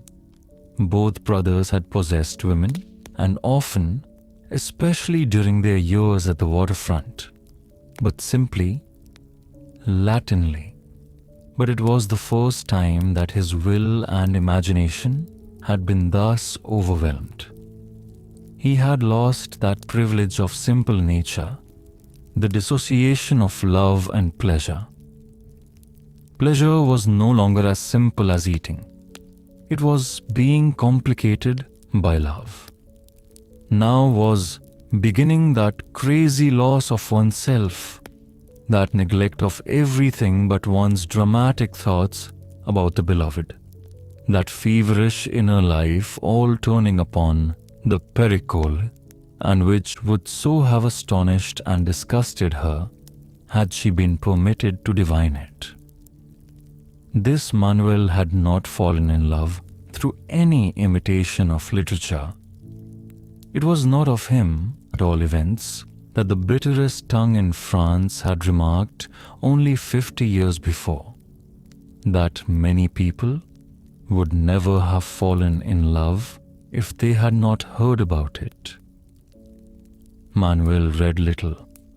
He had only been once to the theatre, where above all there reigns the legend that love is a devotion, and the Peruvian tavern songs that he might have heard, unlike those of Spain, reflected very little of the romantic cult of an idealized woman. When he said over to himself that she was beautiful and rich and fatiguingly witty, and the Viceroy's mistress, none of these attributes that made her less obtainable had the power to quench his curious and tender excitement. So he leaned against the trees in the dark, his knuckles between his teeth, and listened to his loud heartbeats. But the life that Esteban was leading had been full enough for him. There was no room in his imagination for a new loyalty, not because his heart was less large than Manuel's, but because it was of a simpler texture. Now he discovered that secret from which one never quite recovers, that even in the most perfect love, one person loves less profoundly than the other. There may be two equally good, equally gifted, equally beautiful, but there may never be two that love one another equally well. So Esteban sat up in their room by a guttering candle, his knuckles between his teeth, and wondered why Manuel was so changed and why the whole meaning had gone out of their life. One evening, Manuel was stopped on the street by a small boy who announced to him that the Perijole wished him to call upon her at once. Manuel turned in his path and went to the theater. Straight, somber, and impersonal, he entered the actress's room and stood waiting. Camilla had a service to ask of Manuel, and she thought a few preliminary blandishments were necessary, but she scarcely paused in combing a blonde wig that was dressed upon the table before her. "You write letters for people, don't you? I want you to write a letter for me, please. Please come in." He came forward 2 steps. "You never pay me the least visit, either of you. That's not Spanish of you," meaning courteous. "Which are you, Manuel or Esteban?" "Manuel." "It doesn't matter. You're both unfriendly. Neither of you ever comes to see me. Here I sit, learning stupid lines all day, and no one ever comes to see me but a lot of peddlers. It is because I'm an actress, no?" This was not very artful, but for Manuel it was unspeakably complicated. He merely stared at her from the shadows of his long hair and left her to improvise. "I am going to engage you to write a letter for me. A very secret letter, but now I can see that you don't like me, and that to ask you to write a letter would be as good as reading it aloud in all the wine shops. What does that look mean, Manuel? Are you my friend?"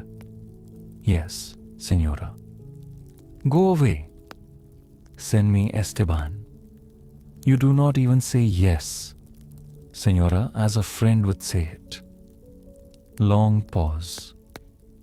Presently she raised her head. "Are you still there, unfriendly?" "Yes, Senora, you can trust me to do anything for you. You can trust.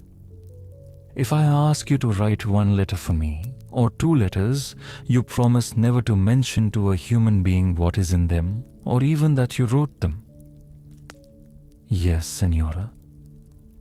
"What do you promise by? By the Virgin Mary?" "Yes, Senora." "And by the heart of Saint Rose of Lima?" "Yes, Senora."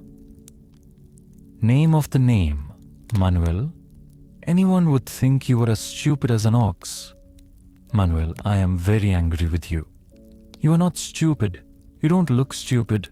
Please don't say just yes, Senora, again. Don't be stupid, or I'll send for Esteban. Is anything the matter with you?"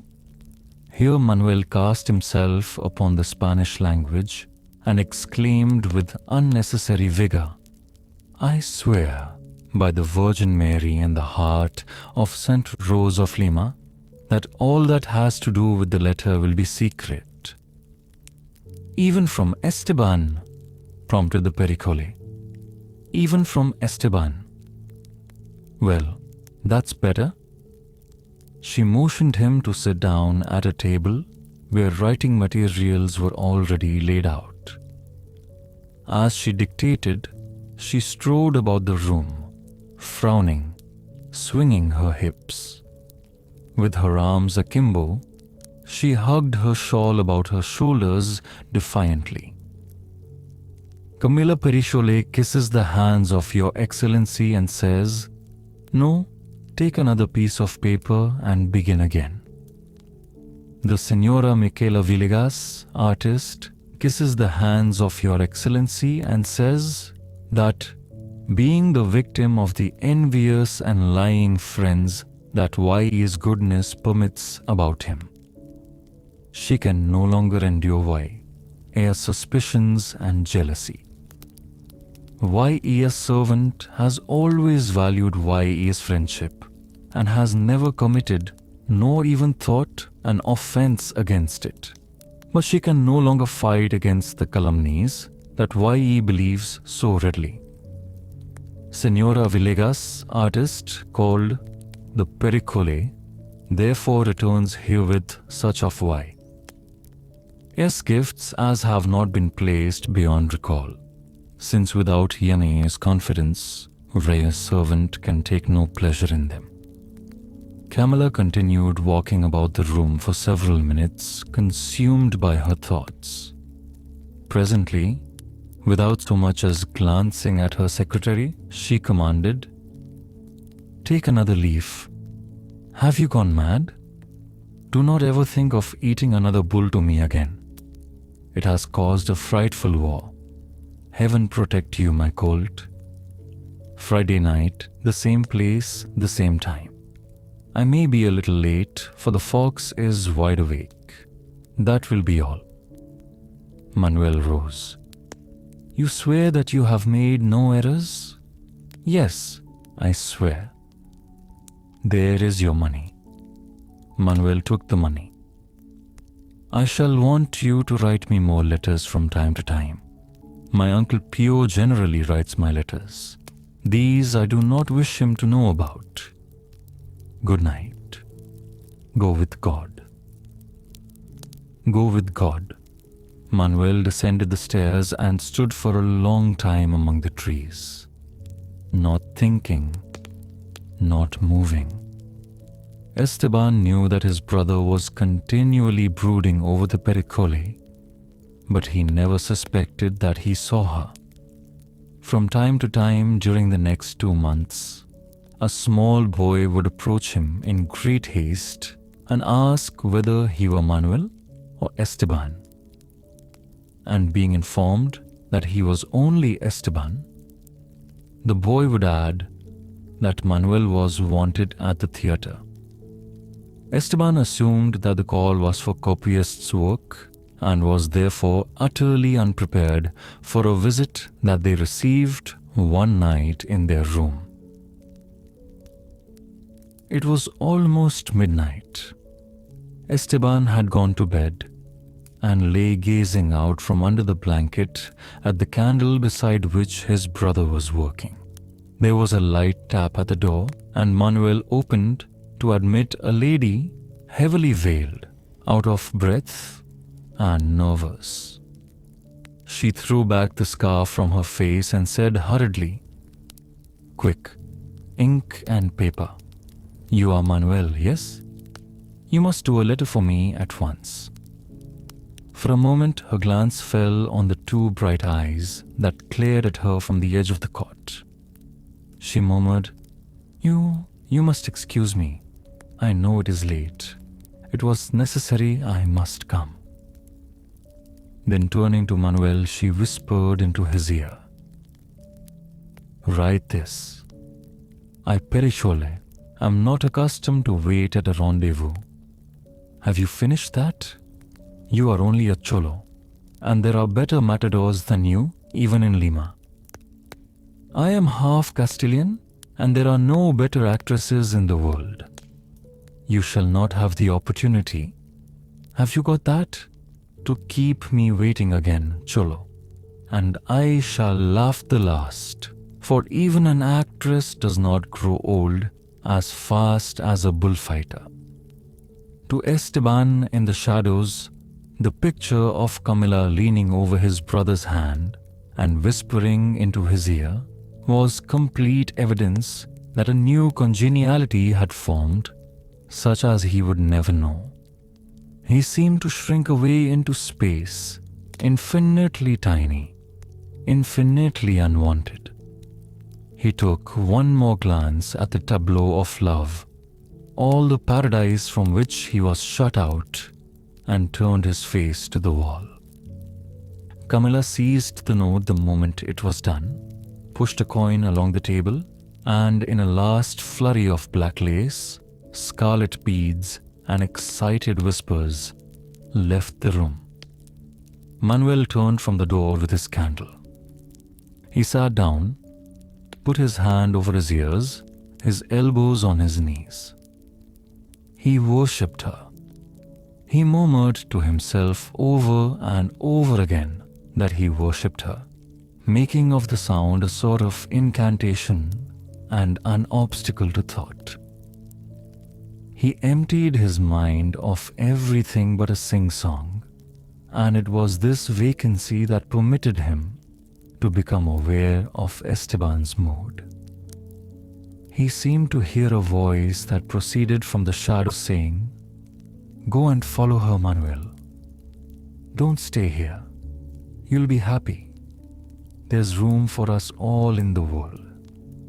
Then the realization became even more intense, and he received a mental image of Esteban going a long way off and saying goodbye many times as he went. He was filled with terror. By the light of it, he saw that all the other attachments in the world were shadows or the illusions of fever, even Madre Maria del Pilar, even the Perichole. He could not understand why Esteban's misery should present itself as demanding a choice between him and the Perichole, but he could understand Esteban's misery as misery. And at once he sacrificed everything to it, if it can be said we ever sacrifice anything, save what we know we can never attain, or what some secret wisdom tells us it would be uncomfortable or saddening to possess.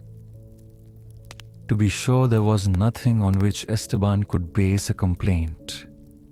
It was not jealousy, for in their earlier affairs it had never occurred to either of them that their loyalty to one another had been diminished.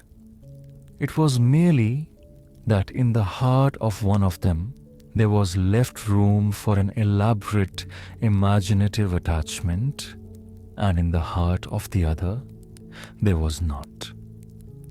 Manuel could not quite understand this, and as we shall see, he nourished a dim sense of being accused unjustly.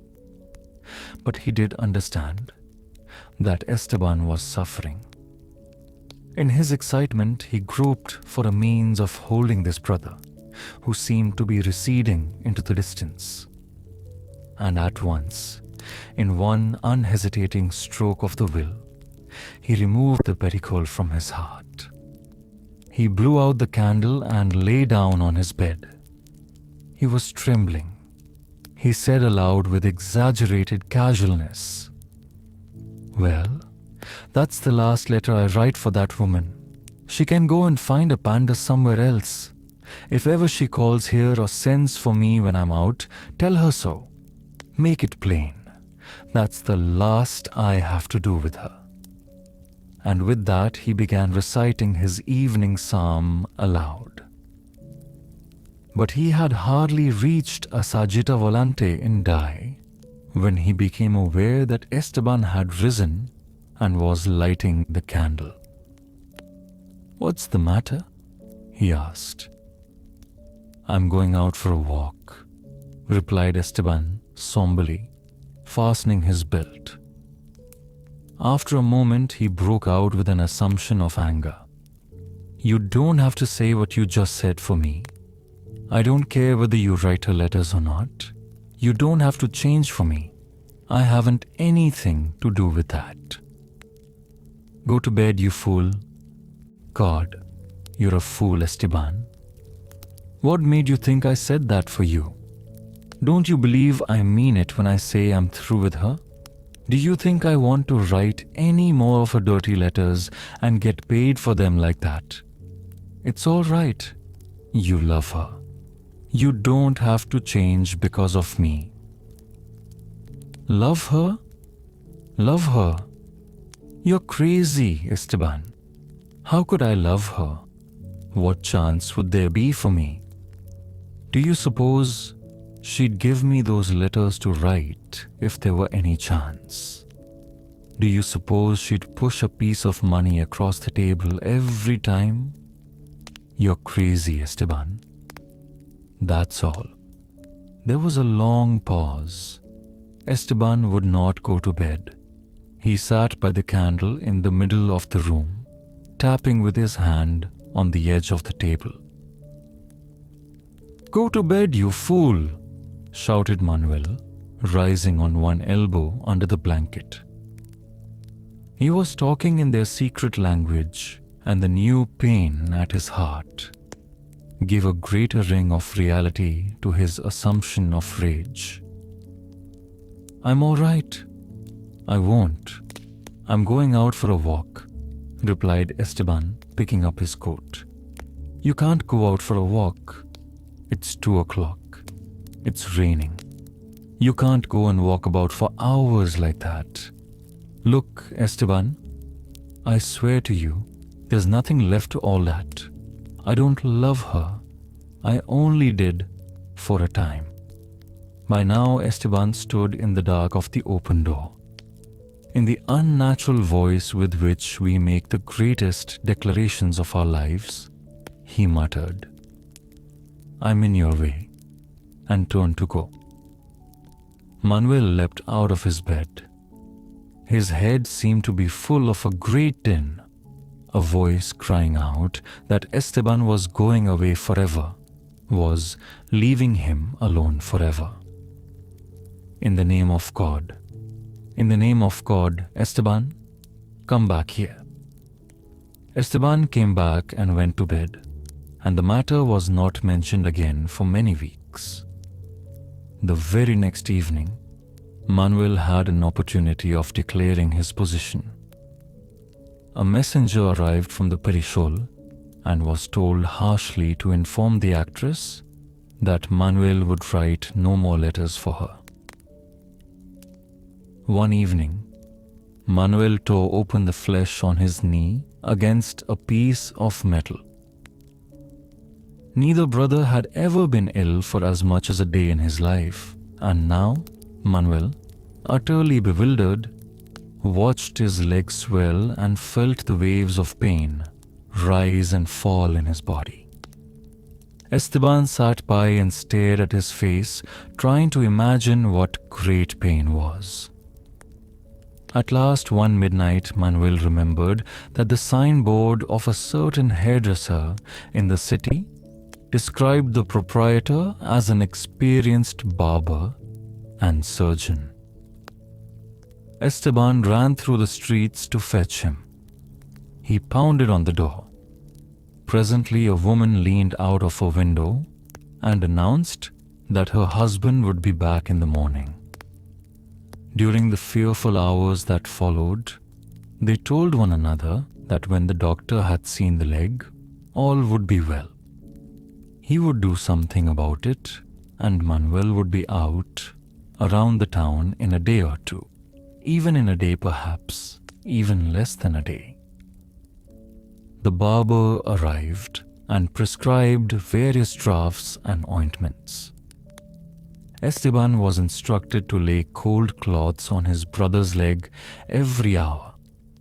The barber withdrew, and the brothers sat down to wait for the pain to subside. But while they continued staring into one another's face, waiting for the miracle of science, the pain grew worse. Hour after hour, Esteban approached with his dripping towel, and they discovered that the moment of its application was the worst of all. With all the fortitude in the world, Manuel could not prevent himself from shouting and from flinging himself about upon the bed. Night came on, and still Esteban stolidly waited and watched and worked. 9, 10, 11. Now, when the time drew near to apply the cloths, the hour struck so musically from all those towers, Manuel would plead with Esteban not to do his work. He would resort to guile and declare that he scarcely felt it. But Esteban, his heart bursting with pain and his lips a line of iron, would roll back the blanket and bind the towel fiercely in its place. Manuel gradually became delirious, and under this application, all the thoughts he did not permit himself in his right mind would burst magnified from his mouth. Finally, at 2 o'clock, out of his mind with rage and pain, and flinging himself half out of the bed until his head struck the floor, Manuel cried, "God, condemn your soul to the hottest hell there is. 1,000 devils torture you forever, Esteban. God condemn your soul, do you hear?" At first, the air gone out of his body, Esteban went out into the hall and leaned against the door, his mouth and eyes wide open. Still he heard from within, "Yes, Esteban, may God damn your beastly soul forever, do you hear that? For coming between me and what was mine by right. She was mine, do you hear? And what right had you?" And he would go off into an elaborate description of the pericola. These outbursts recurred hourly.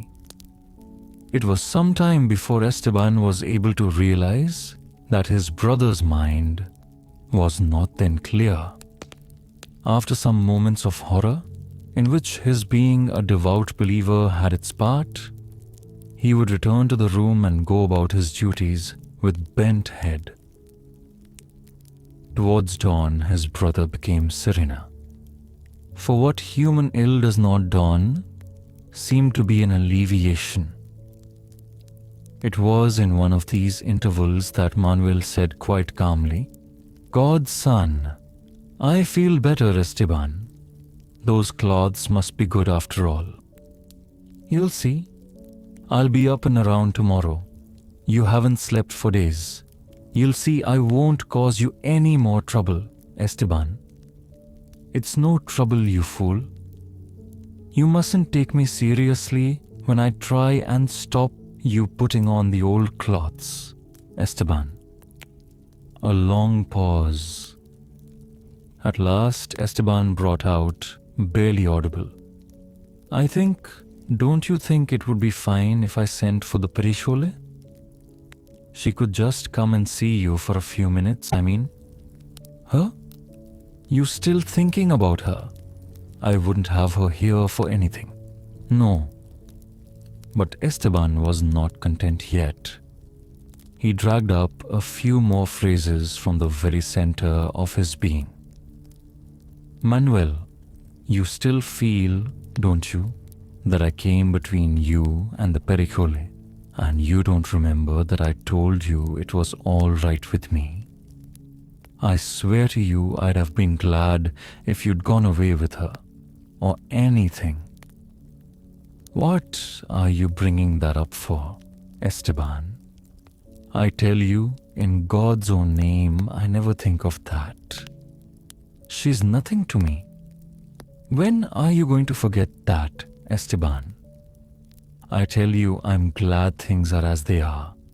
Look, I got to get angry when you keep going back to that.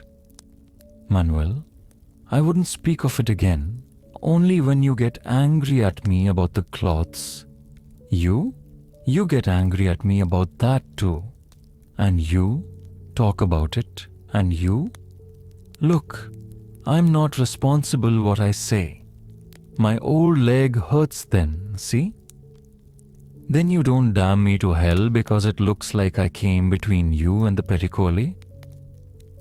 Damn you to what makes you say that? You're going crazy, Esteban. You're imagining things. You haven't had any sleep, Esteban. I've been a curse to you and you're losing your health because of me. But you'll see, I won't trouble you much more. How could I damn you to hell, Esteban, when you're all I've got? Understand? See that when the cold cloths go on, I just lose myself, see? You know, don't think about it twice. It's time to put them on now. I won't say a word. No, Manuel, I'll skip this time. It won't do you any harm. I'll just skip this time. I've got to get well, Esteban.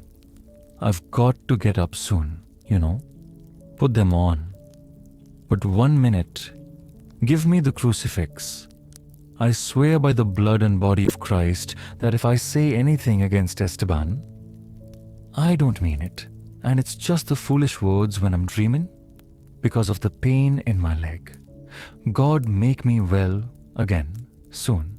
Amen. Put it back. There. Now I'm ready. Look, Manuel, it won't hurt if I skip just this once. See? It'll be good for you. Sure. Do not get it all stirred up just this once. No, I've got to get well. The doctor said it had to be done. I won't say a word, Esteban. And it would begin all over again. During the second night, a prostitute in the next room started beating on the wall, outraged at such language.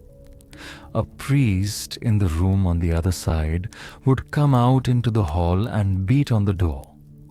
The whole floor would gather before the room in exasperation.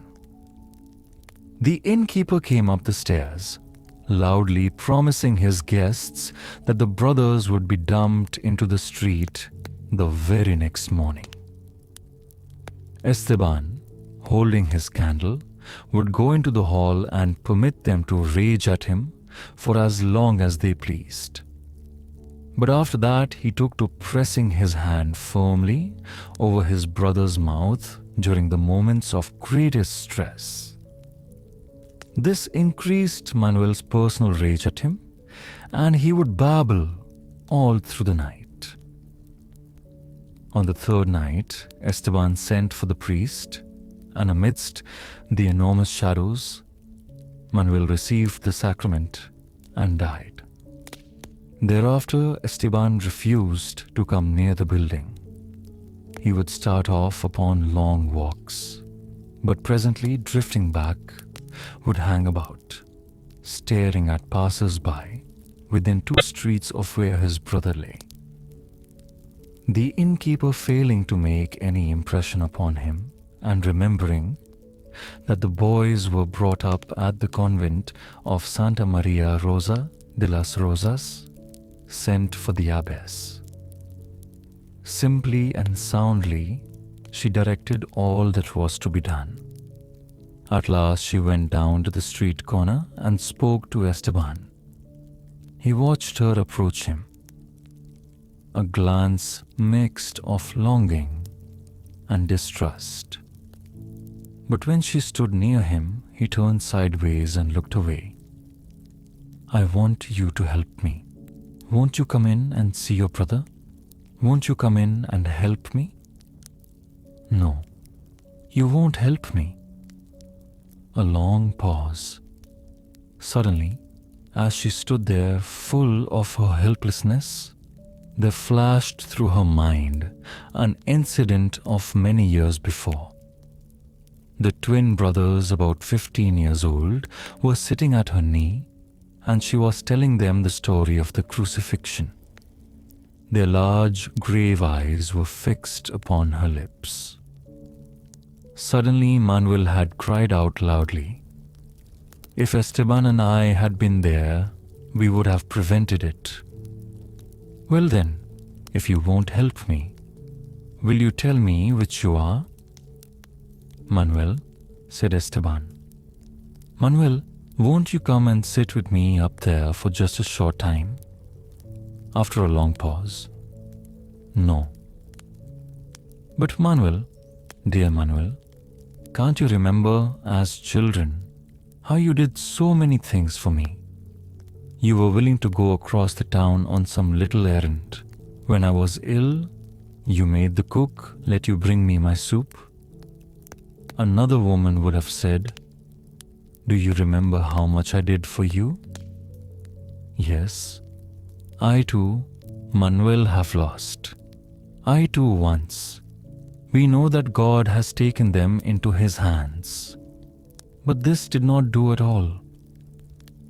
Esteban turned vaguely and walked away from her.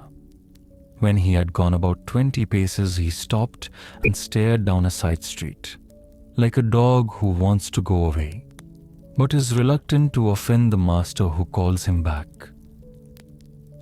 That was all they could get out of him. When the fearful procession passed through the city, with its black hoods and masks, its candles in broad daylight, its display of heaped-up skulls, its terrifying psalms, Esteban followed it in the parallel streets, catching glimpses of it from a distance, like a savage. All Lima was interested in this separation of the brothers. Housewives whispered together sympathetically about it as they unfurled their carpets from the balconies. The men in the wine shops, alluding to it, shook their heads and smoked in silence for a while. Travelers from the interior told of seeing Esteban as he strayed with eyes like coals along the dried-up beds of rivers or through the great ruins of the old race. A herder of llamas had come upon him, standing upon a hilltop, asleep or dazed, wet with dew under the stars. Some fishermen surprised him, swimming far out from shore. From time to time, he would find work to do. He would become a shepherd or a carter. But after a few months, he would disappear and stride from province to province. But he always returned to Lima. One day, he appeared at the door of the periculist's dressing room. He made as though to speak, gazed earnestly at her, and vanished. One day, a sister came running into the office of Madre Maria del Pilar with the news that Esteban, whom the world called Manuel, was lingering about the door of the convent. The abbess hurried out into the street. For months, she had been asking herself what strategy could reconcile this half-demented boy to living among them again. She assembled as grave and calm a manner as she was able, and appearing at the street door murmured, "My friend," and looked at him. He gazed back at her with the same glance of longing and distrust that he had shown her before, and stood trembling.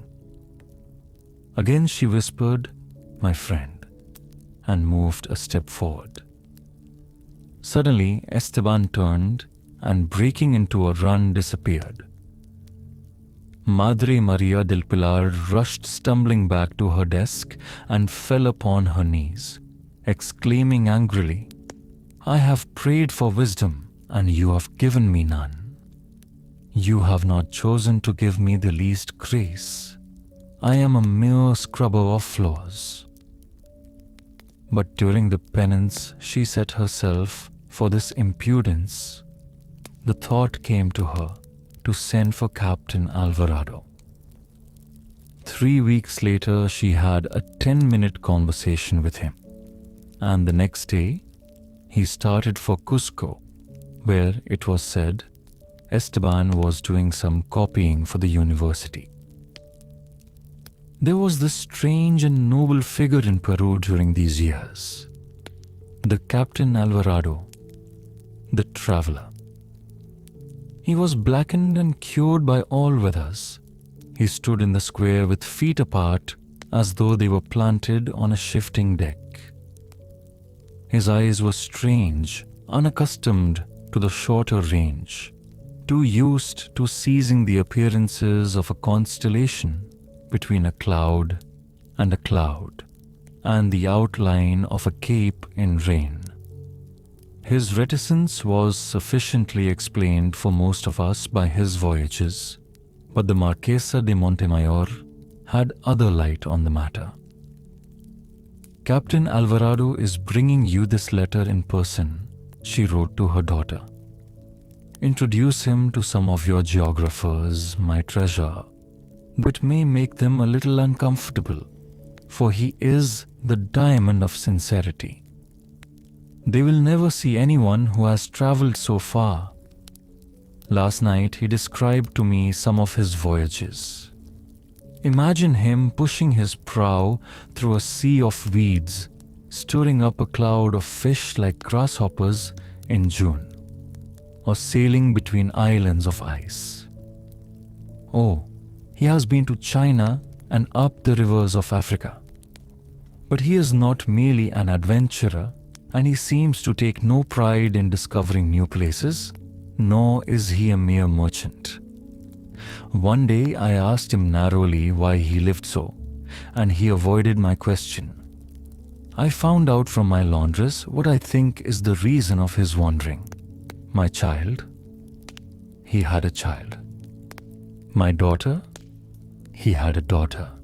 She was just old enough to cook a holiday meal and do a little sewing for him.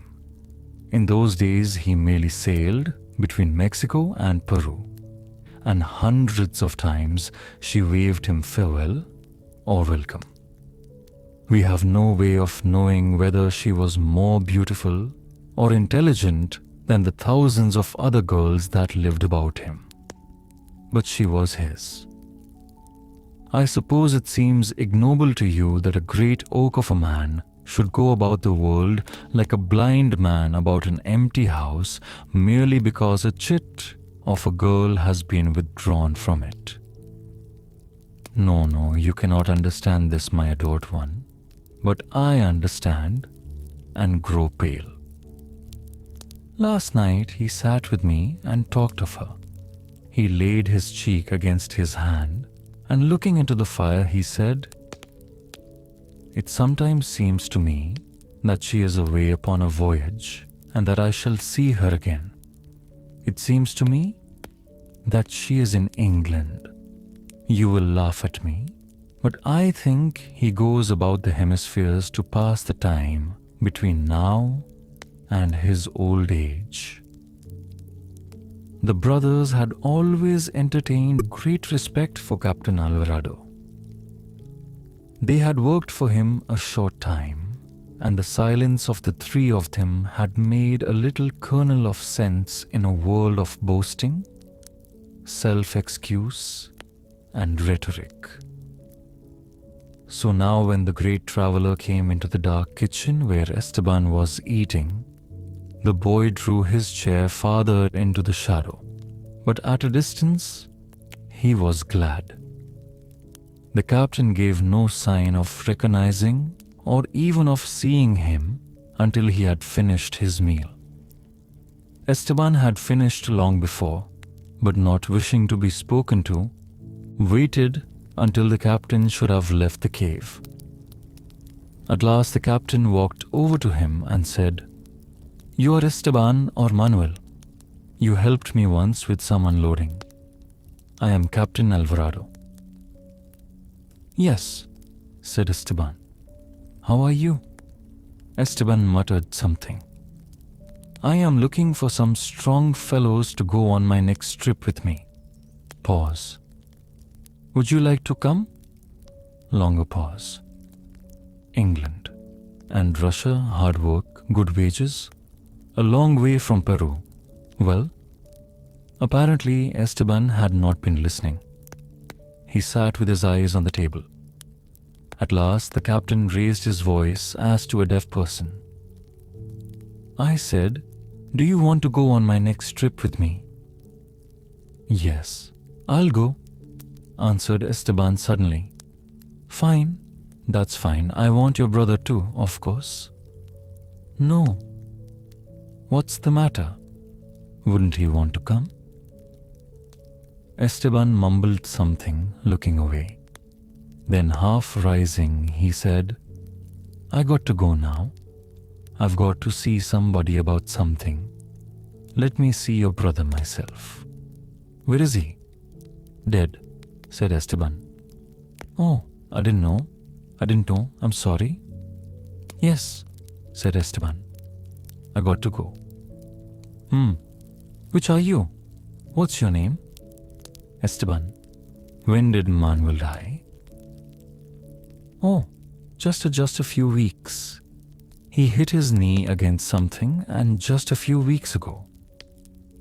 They both kept their eyes on the floor. "How old are you, Esteban?" 22. "Well, that's settled then. You're coming with me?" "Yes."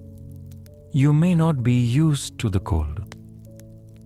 "Yes, I'm used to it. I've got to go now. I got to go in the city and see somebody about something." "Well, Esteban, come back here for supper and we'll talk about the trip. Come back and have some wine with me. See? Will you?" "Yes, I will." "Go with God. Go with God." They had supper together, and it was arranged that they were to start for Lima the next morning. The captain got him very drunk. At first they poured and drank in silence. Then the captain began to talk about ships and their courses. He asked Esteban questions about tackle and about the guide stars. Then Esteban began to talk about other things and to talk very loudly. "On the ship, you must give me something to do all the time. I'll do anything. I'll climb up high and fix ropes, and I'll watch all night because, I don't sleep well anyway. And Captain Alvarado, on the ship you must pretend that you don't know me. Pretend that you hate me the most, so that you'll always give me things to do. I can't sit still and write at a table anymore. And don't tell the other men about me, that is, about... I hear you went into a burning house, Esteban, and pulled someone out." "Yes." "I didn't get burned or anything." Cried Esteban, leaning across the table. "You're not allowed to kill yourself. You know you're not allowed. Everybody knows that. But if you jump into a burning house to save somebody, that wouldn't be killing yourself. And if you became a matador and the bull caught you, that wouldn't be killing yourself. Only you mustn't put yourself in the bull's way on purpose. Did you ever notice that animals never kill themselves, even when they're sure to lose? They never jump into a river or anything, even when they're sure to lose. Some people say that horses run into bonfires. Is that true? No, I don't think that's true. I don't think it's true. We had a dog once. Well, I mustn't think of that. Captain Alvarado, do you know Madre Maria del Pilar? Yes. I want to give her a present before I go away. Captain Alvarado, I want you to give me all my wages before I start. I won't need any money anywhere, and I want to buy her a present now. The present isn't from me only. She was. Here Esteban wished to say his brother's name, but was unable to. Instead, he continued in a low voice. She had a serious loss once. She said so. I don't know who it was, and I want to give her a present. Women can't bear that kind of a thing like we can. The captain promised him that they would choose something in the morning. Esteban talked about it at great length. At last the captain saw him slip under the table and himself, rising up, went out into the square before the inn. He looked at the line of the Andes and at the streams of stars crowding forever across the sky. And there was that wraith hanging in midair and smiling at him. The wraith with the silvery voice that said for the 1,000th time, "Don't be gone long, but I'll be a big girl when you get back." Then he went within and carried Esteban to his room and sat looking at him for a long while. The next morning he was waiting at the bottom of the stairs when Esteban appeared. "We're starting when you're ready," said the captain. The strange glitter had returned to the boy's eyes. He blurted out, "No, I'm not coming. I'm not coming after all." "Aye, Esteban, but you have promised me that you would come. It's impossible. I can't come with you." And he turned back up the stairs. "Come here a moment, Esteban. Just a moment. I can't come with you. I can't leave Peru. I want to tell you something." Esteban came down to the foot of the stairs. "How about that present for Madre Maria del Pilar?" asked the captain in a low voice. Esteban was silent, looking over the mountains. "You aren't going to take that present away from her. It might mean a lot to her, you know." "All right," murmured Esteban as though much impressed. "Yes, besides the ocean's better than Peru. You know Lima and Cusco and the road. You have nothing more to know about them. You see, it's the ocean you want. Besides, on the boat, you'll have something to do every minute. I'll see to that. Go and get your things and we'll start." Esteban was trying to make a decision. It had always been Manuel who had made the decisions, and even Manuel had never been forced to make as great a one as this. Esteban went slowly upstairs. The captain waited for him and waited so long that presently he ventured half the way up the stairs and listened. At first there was silence, then a series of noises that his imagination was able to identify at once. Esteban had scraped away the plaster about a beam and was adjusting a rope about it. The captain stood on the stairs trembling. "Perhaps it's best," he said to himself. "Perhaps I should leave him alone. Perhaps it's the only thing possible for him."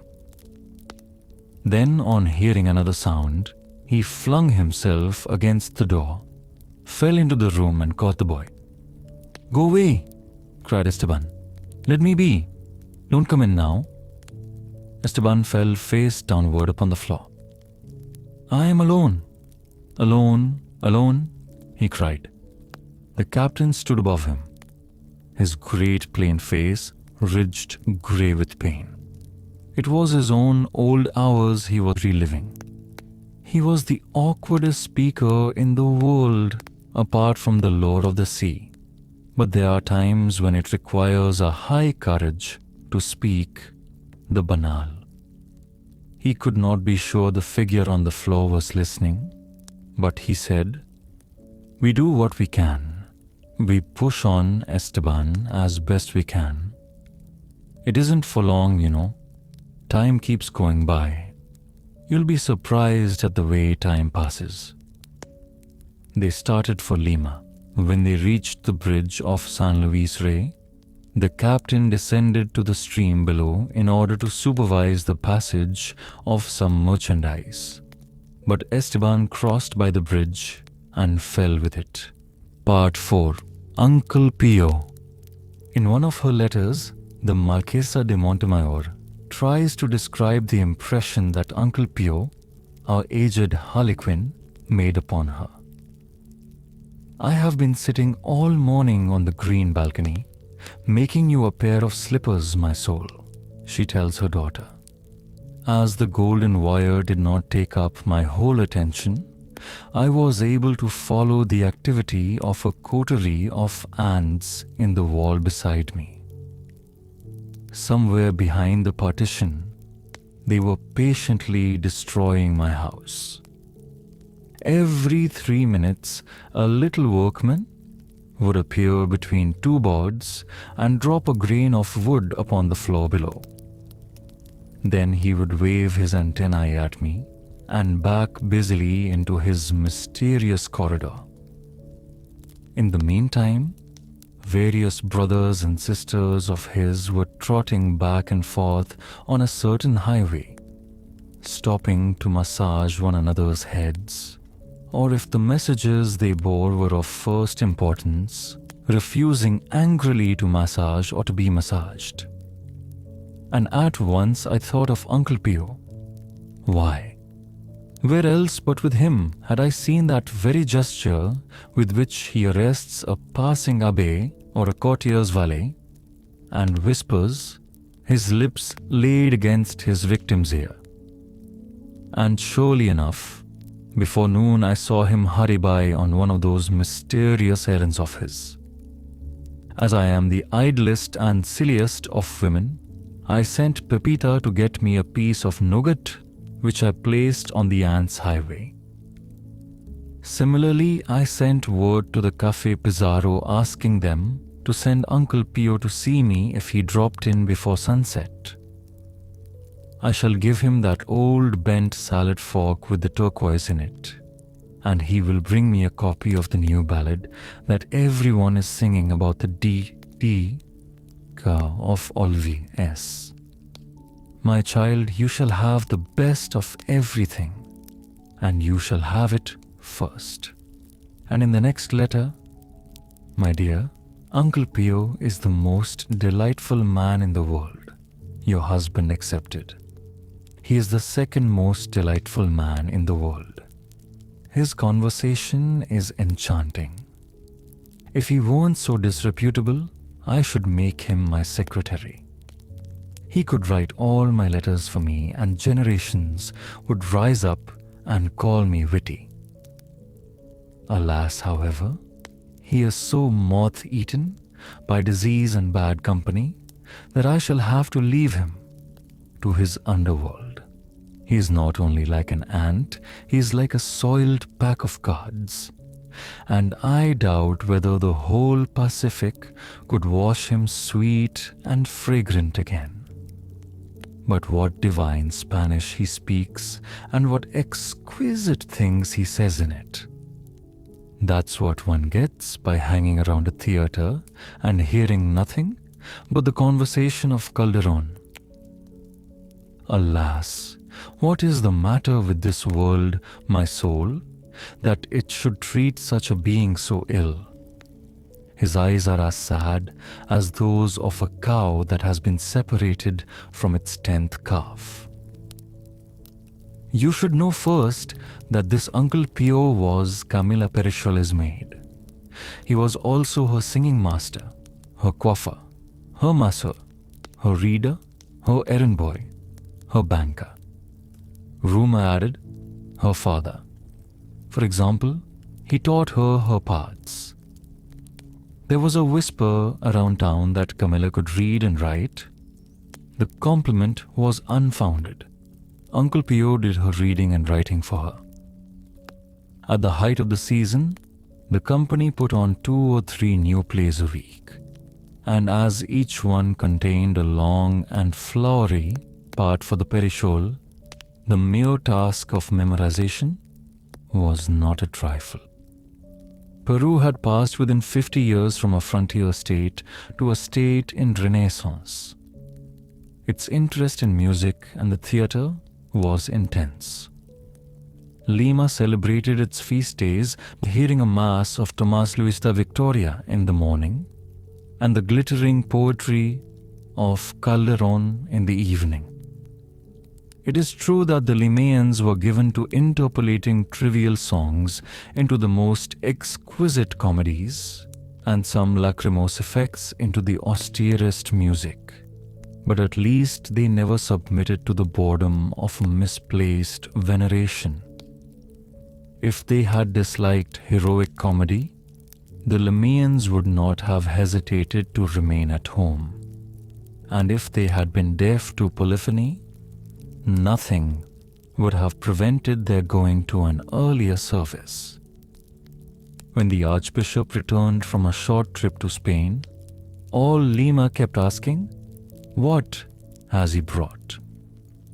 The news finally spread abroad that he had returned with tomes of masses and motets by Palestrina, Morales I, and Vittoria, as well as 35 plays by Tirso de Molina and Ruiz de Alarcón and Moreto. There was a civic fete in his honor. The choir boys' school and the green room of the Comedaya was swamped with the gifts of vegetables and wheat. All the world was eager to nourish the interpreters of so much beauty. This was the theatre in which Camila Pericole gradually made her reputation. So rich was the repertory and so dependable the prompter's box that few plays were given more than 4 times a season. The manager had the whole flowering of the 17th century Spanish drama to draw upon, including many that are now lost to us. The Pericole had appeared in 100 plays of Lope de Vega alone. There were many admirable actresses in Lima during these years, but none better. The citizens were too far away from the theatres of Spain to realize that she was the best in the Spanish world. They kept sighing for a glimpse of the stars of Madrid, whom they had never seen and to whom they assigned vague new excellences. Only one person knew for certain that the Pericole was a great performer, and that was her tutor, Uncle Pio.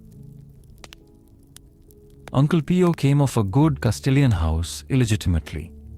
At the age of 10, he ran away to Madrid from his father's hacienda and was pursued without diligence. He lived ever after by his wits.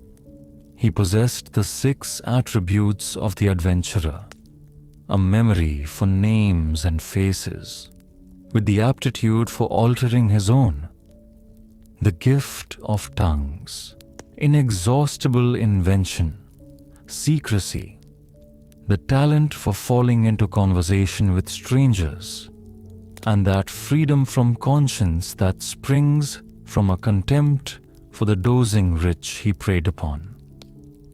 From 10 to 15, he distributed handbills for merchants, held horses, and ran confidential errands. From 15 to 20, he trained bears and snakes for traveling circuses. He cooked and mixed punches. He hung about the entries of the more expensive taverns and whispered informations into the travelers' ears. Sometimes, nothing more dubious than that a certain noble house was reduced to selling its plate and could thus dispense with the commission of a silversmith. He was attached to all the theatres in town and could applaud like 10. He spread slanders at so much as slander. He sold rumors about crops and about the value of land. From 20 to 30, his services came to be recognized in very high circles. He was sent out by the government to inspirit some half-hearted rebellions in the mountains, so that the government could presently arrive and wholeheartedly crush them. His discretion was so profound that the French party used him even when they knew that the Austrian party used him also. He had long interviews with the Princesse des Ursins, but he came and went by the back stairs. During this phase, he was no longer obliged to arrange gentlemen's pleasures, nor to plant little harvests of calumny. He never did one thing for more than 2 weeks at a time, even when enormous gains seemed likely to follow upon it. He could have become a circus manager, a theatrical director, a dealer in antiquities, an importer of Italian silks, a secretary in the palace or the cathedral, a dealer in provisions for the army, a speculator in houses and farms, a merchant in dissipations and pleasures. But there seemed to have been written into his personality, through some accident or early admiration of his childhood, a reluctance to own anything to be tied down, to be held to a long engagement. It was this that prevented his thieving, for example. He had stolen several times, but the gains had not been sufficient to offset his dread of being locked up. He had sufficient ingenuity to escape on the field itself, all the police in the world. But nothing could protect him against the tale-bearing of his enemies. Similarly, he had been reduced for a time to making investigations for the Inquisition. But when he had seen several of his victims led off in hoods, he felt that he might be involving himself in an institution whose movements were not evenly predictable. As he approached 20, Uncle Pio came to see quite clearly that his life had 3 aims. There was first this need of independence, cast into a curious pattern, namely, the desire to be varied, secret, and omniscient. He was willing to renounce the dignities of public life if in secret he might feel that he looked down upon men from a great distance, knowing more about them than they knew themselves, and with a knowledge which occasionally passed into action and rendered him an agent in the affairs of states and persons. In the second place, he wanted to be always near beautiful women, of whom he was always in the best and worst sense the worshipper. To be near them was as necessary to him as breathing. His reverence for beauty and charm was there for anyone to see and to laugh at, and the ladies of the theatre and the court and the houses of pleasure loved his connoisseurship. They tormented him and insulted him and asked his advice and were singularly comforted by his absurd devotion. He suffered greatly their rages and their meannesses and their confiding tears.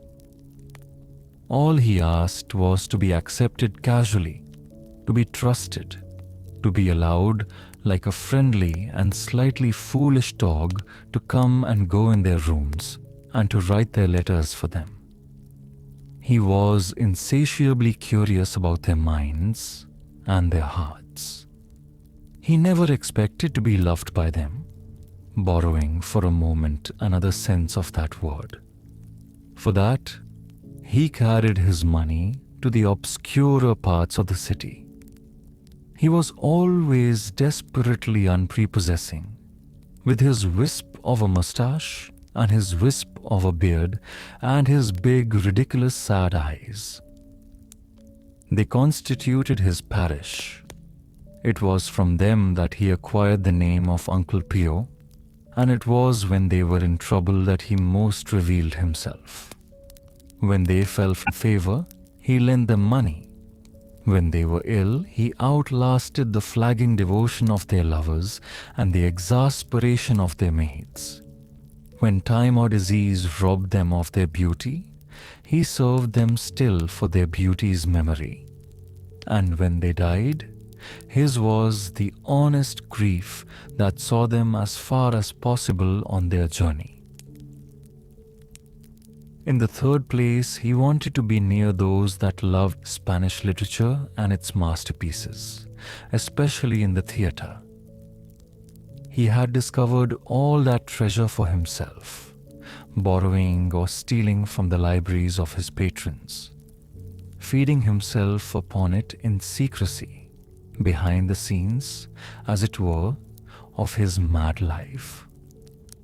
He was contemptuous of the great persons who, for all their education and usage, exhibited no care nor astonishment before the miracles of word order in Calderon and Cervantes. He longed himself to make verses. He never realized that many of the satirical songs he had written for the vaudevilles passed into folk music and have been born everywhere along the high roads. As the result of one of those quarrels that arise so naturally in brothels, his life became too complicated and he removed to Peru. Uncle Pio in Peru was even more versatile than Uncle Pio in Europe. Here too he touched upon real estate, circuses, pleasures, insurrections and antiques. A Chinese junk had been blown from Canton to America. He dragged up the beach the bales of deep red porcelain and sold the bowls to the collectors of virtu. He traced down the sovereign remedies of the Incas and started a smart trade in pills.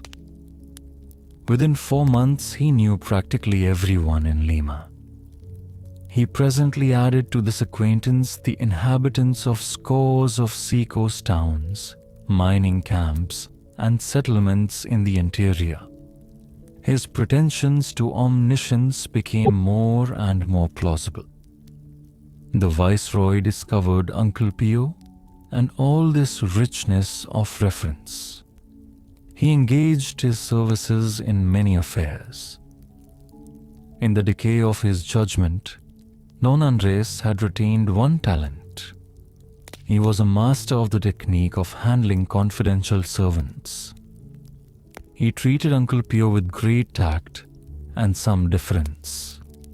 He understood which errands the other should not be asked to undertake, and he understood his need for variety and intermission.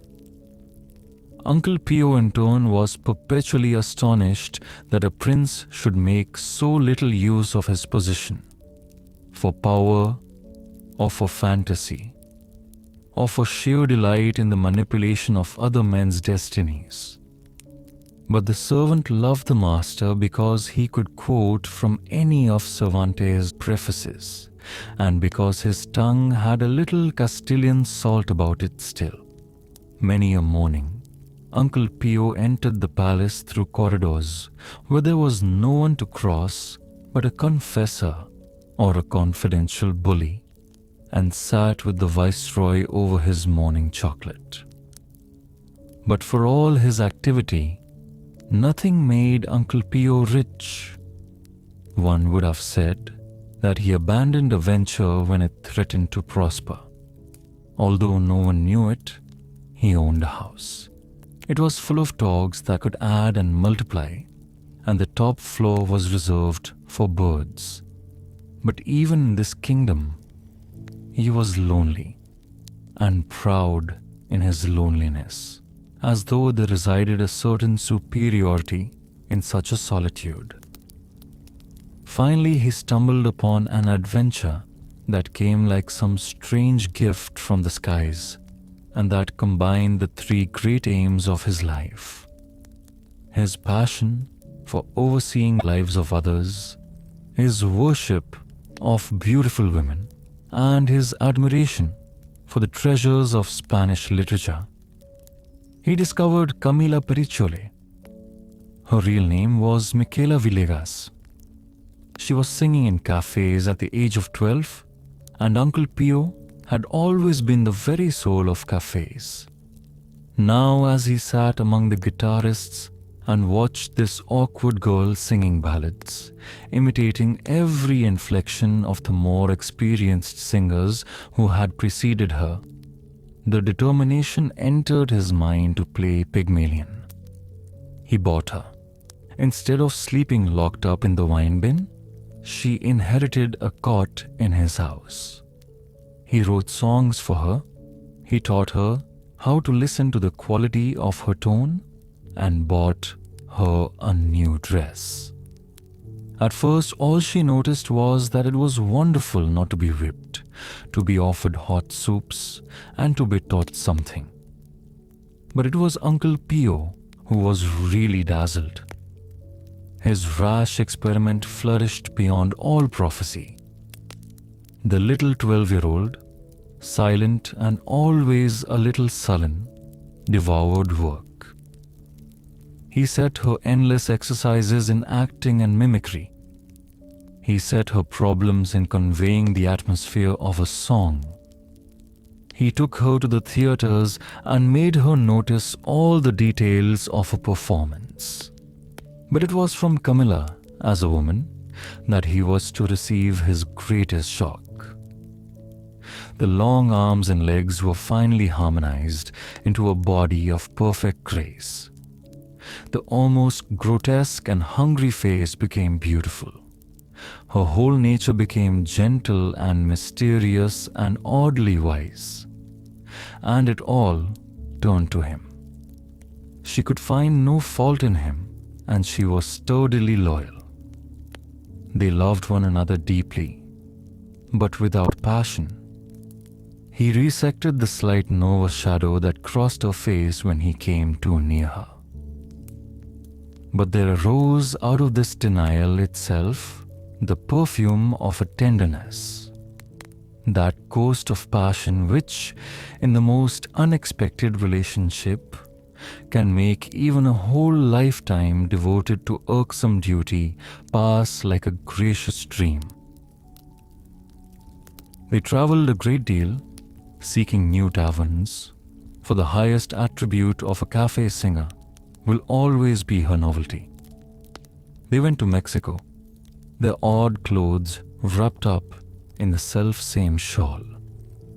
They slept on beaches. They were whipped at Panama and shipwrecked on some tiny Pacific islands plastered with the droppings of birds. They tramped through jungles, delicately picking their way among snakes and beetles. They sold themselves out as harvesters in a hard season. Nothing in the world was very surprising to them. Then began an even harder course of training for the girl, a regimen that resembled more the preparation for an acrobat. The instruction was a little complicated by the fact that her rise to favor was very rapid, and there was some danger that the applause she received would make her content with her work too soon. Uncle Pio never exactly beat her, but he resorted to a sarcasm that had terrors of its own. At the close of a performance, Camilla would return to her dressing room to find Uncle Pio whistling nonchalantly in one corner. She would divine his attitude at once and cry angrily, "Now what is it? Mother of God, what is it now?" "Nothing, little pearl. My little Camilla of Camillas, nothing." "There was something you didn't like. Ugly, fault-finding thing that you are. Come on now, what was it? Look, I'm ready." "No, little fish. Adorable morning star, I suppose you did as well as you could."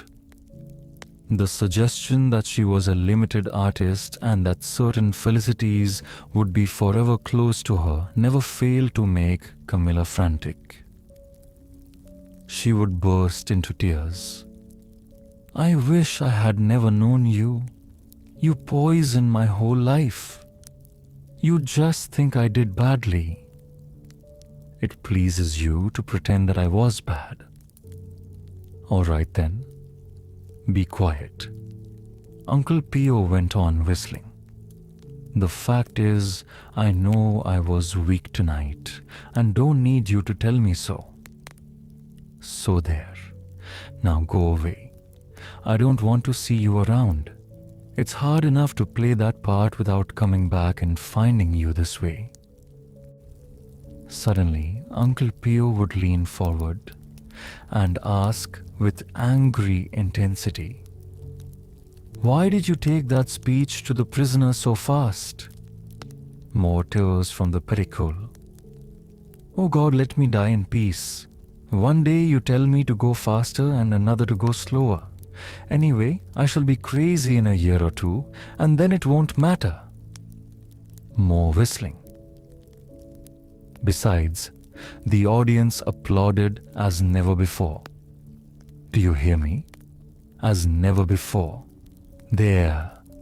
Too fast or too slow is nothing to them, they wept. I was divine. That's all I care for. Now be silent. Be silent. He was absolutely silent. You may comb my hair, but if you say another word, I shall never play again. You can find some other girl. That's all. Thereupon, he would comb her hair soothingly for 10 minutes, pretending not to notice the sobs that were shaking her exhausted body. At last, she would turn quickly and catching one of his hands would kiss it frantically. Uncle Pio, was I so bad? Was I a disgrace to you? Was it so awful that you left the theater? After a long pause, Uncle Pio would admit judiciously, "You were good in the scene on the ship." "But I've been better, Uncle Pio. You remember the night you came back from Cusco? You were pretty good at the close." Was I? But my flower, my pearl, was the matter in the speech to the prisoner. Here the Perichole would fling her face and arms upon the table amid the pomades, caught up into a tremendous fit of weeping. Only perfection would do. Only perfection. And that had never come. Then beginning in a low voice, Uncle Pio would talk for an hour, analyzing the play, entering into a world of finesse in matters of voice and gesture and tempo. And often, until dawn, they would remain there declaiming to one another the lordly conversation of Calderon. Whom were these two seeking to please? Not the audiences of Lima. They had long since been satisfied.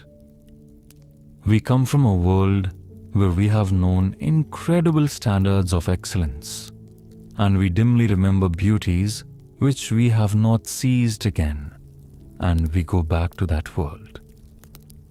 Uncle Pio and Camilla Perichole were tormenting themselves in an effort to establish in Peru the standards of the theaters in some heaven whither Calderon had preceded them.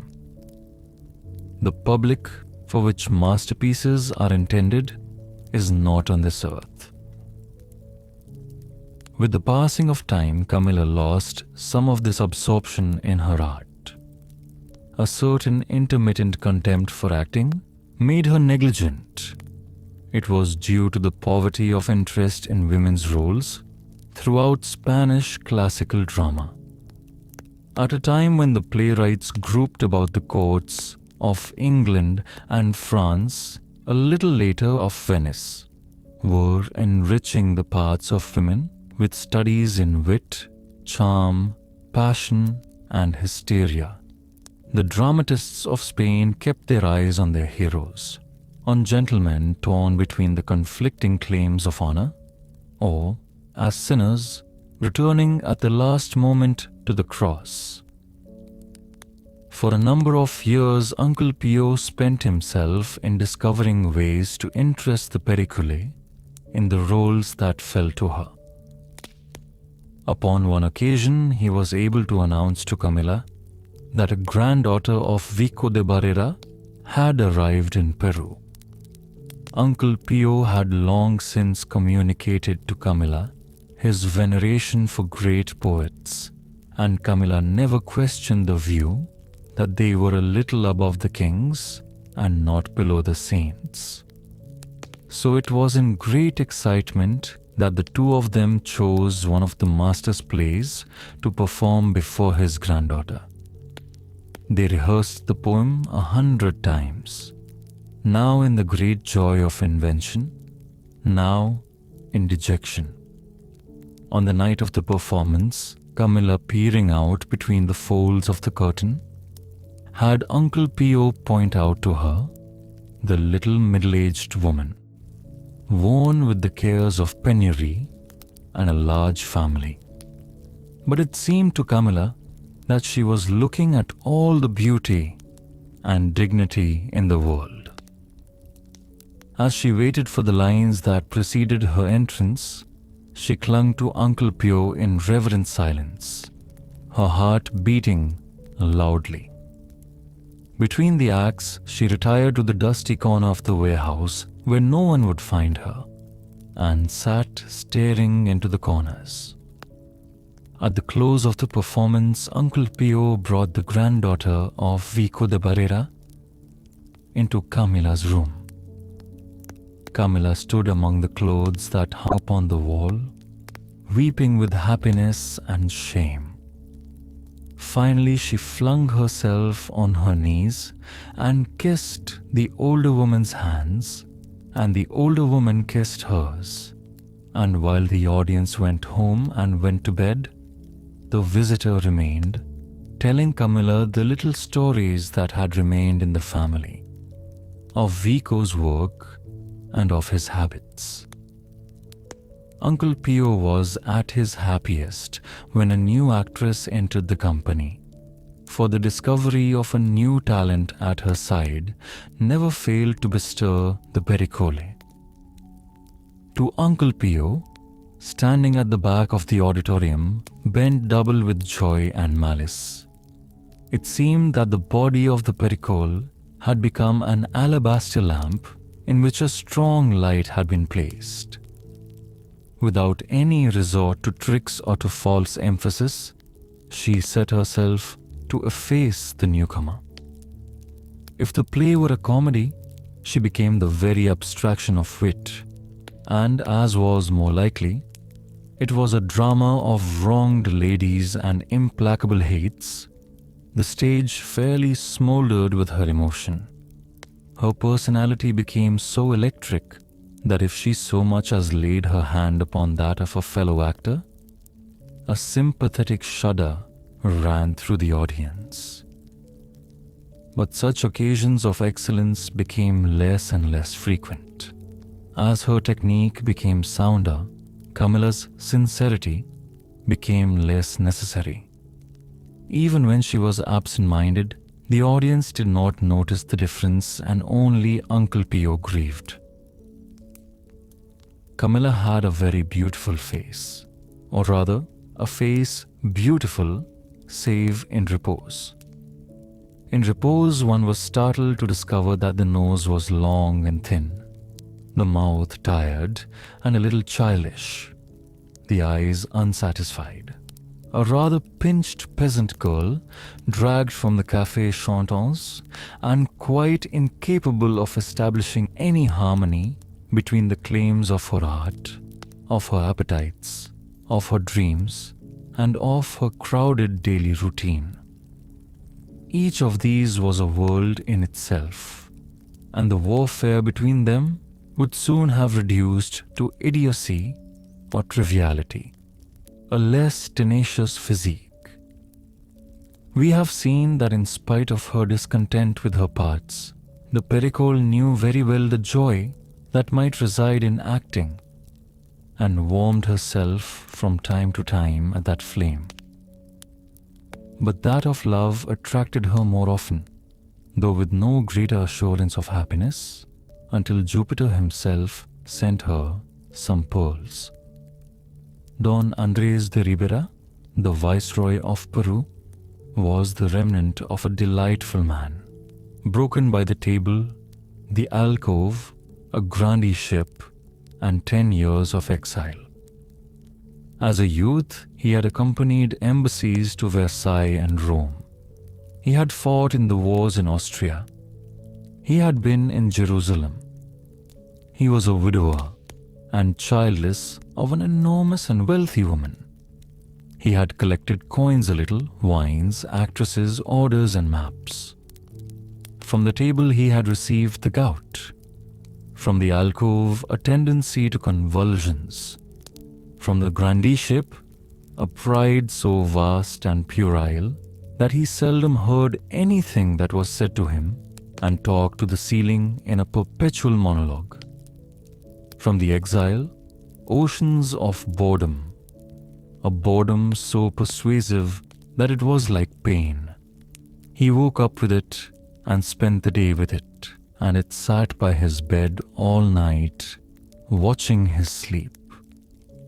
Camilla was passing the years in the hard-working routine of the theatre, savored by a few untidy love affairs, when this Olympian personage, for he had a face and port fit to play gods and heroes on the scene, suddenly transported her to the most delicious midnight suppers at the palace.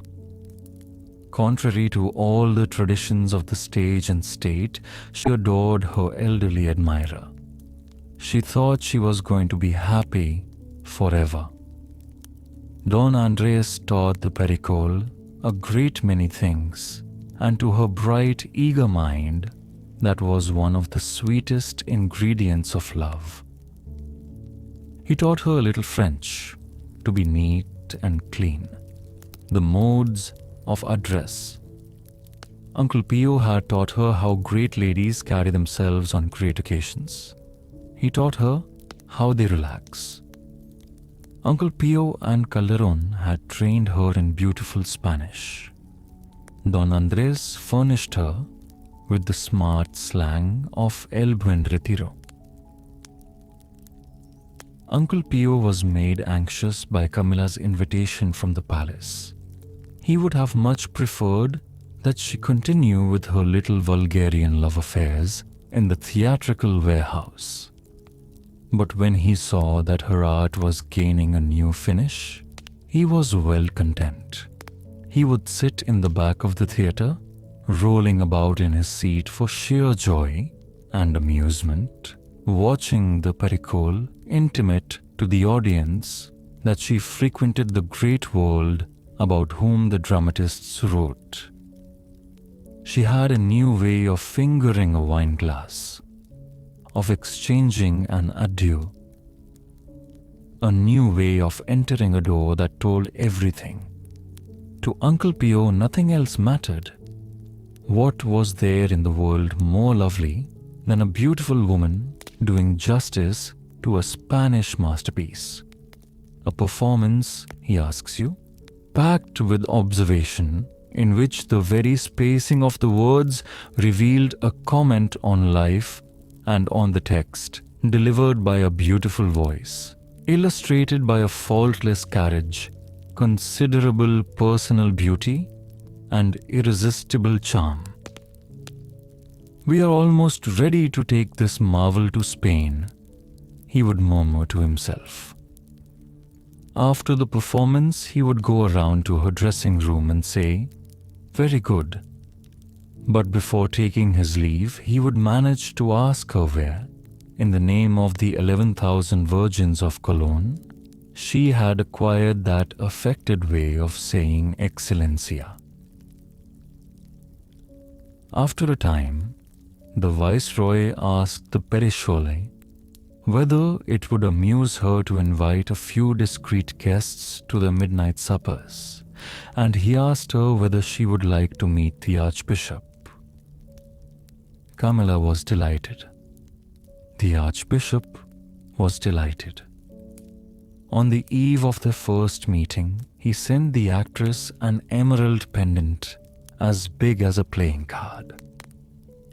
There was something in Lima that was wrapped up in yards of violet satin from which protruded a great dropsicle head and two fat pearly hands. And that was its archbishop. Between the rolls of flesh that surrounded them looked out two black eyes, speaking discomfort, kindliness, and wit. A curious and eager soul was imprisoned in all this lard, but by dint of never refusing himself a pheasant or a goose or his daily procession of Roman wines, he was his own bitter jailer. He loved his cathedral. He loved his duties. He was very devout. Some days he regarded his bulk ruefully, but the distress of remorse was less poignant than the distress of fasting, and he was presently found deliberating over the secret messages that a certain roast sends to the certain salad that will follow it. And to punish himself, he led an exemplary life in every other respect. He had read all the literature of antiquity and forgotten all about it except a general aroma of charm and disillusion. He had been learned in the fathers and the councils and forgotten all about them, save a floating impression of dissensions that had no application to Peru. He had read all the libertine masterpieces of Italy and France and reread them annually. Even in the torments of the stone, happily dissolved by drinking the water from the springs of Santa Maria de Cluxambuqua, he could find nothing more nourishing than the anecdotes of Brantome and the divine Aretino. The archbishop knew that most of the priests of Peru were scoundrels.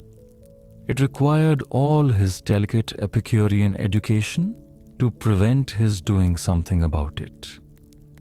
He had to repeat over to himself his favorite notions, that the injustice and unhappiness in the world is a constant, that the theory of progress is a delusion, that the poor, never having known happiness, are insensible to misfortune.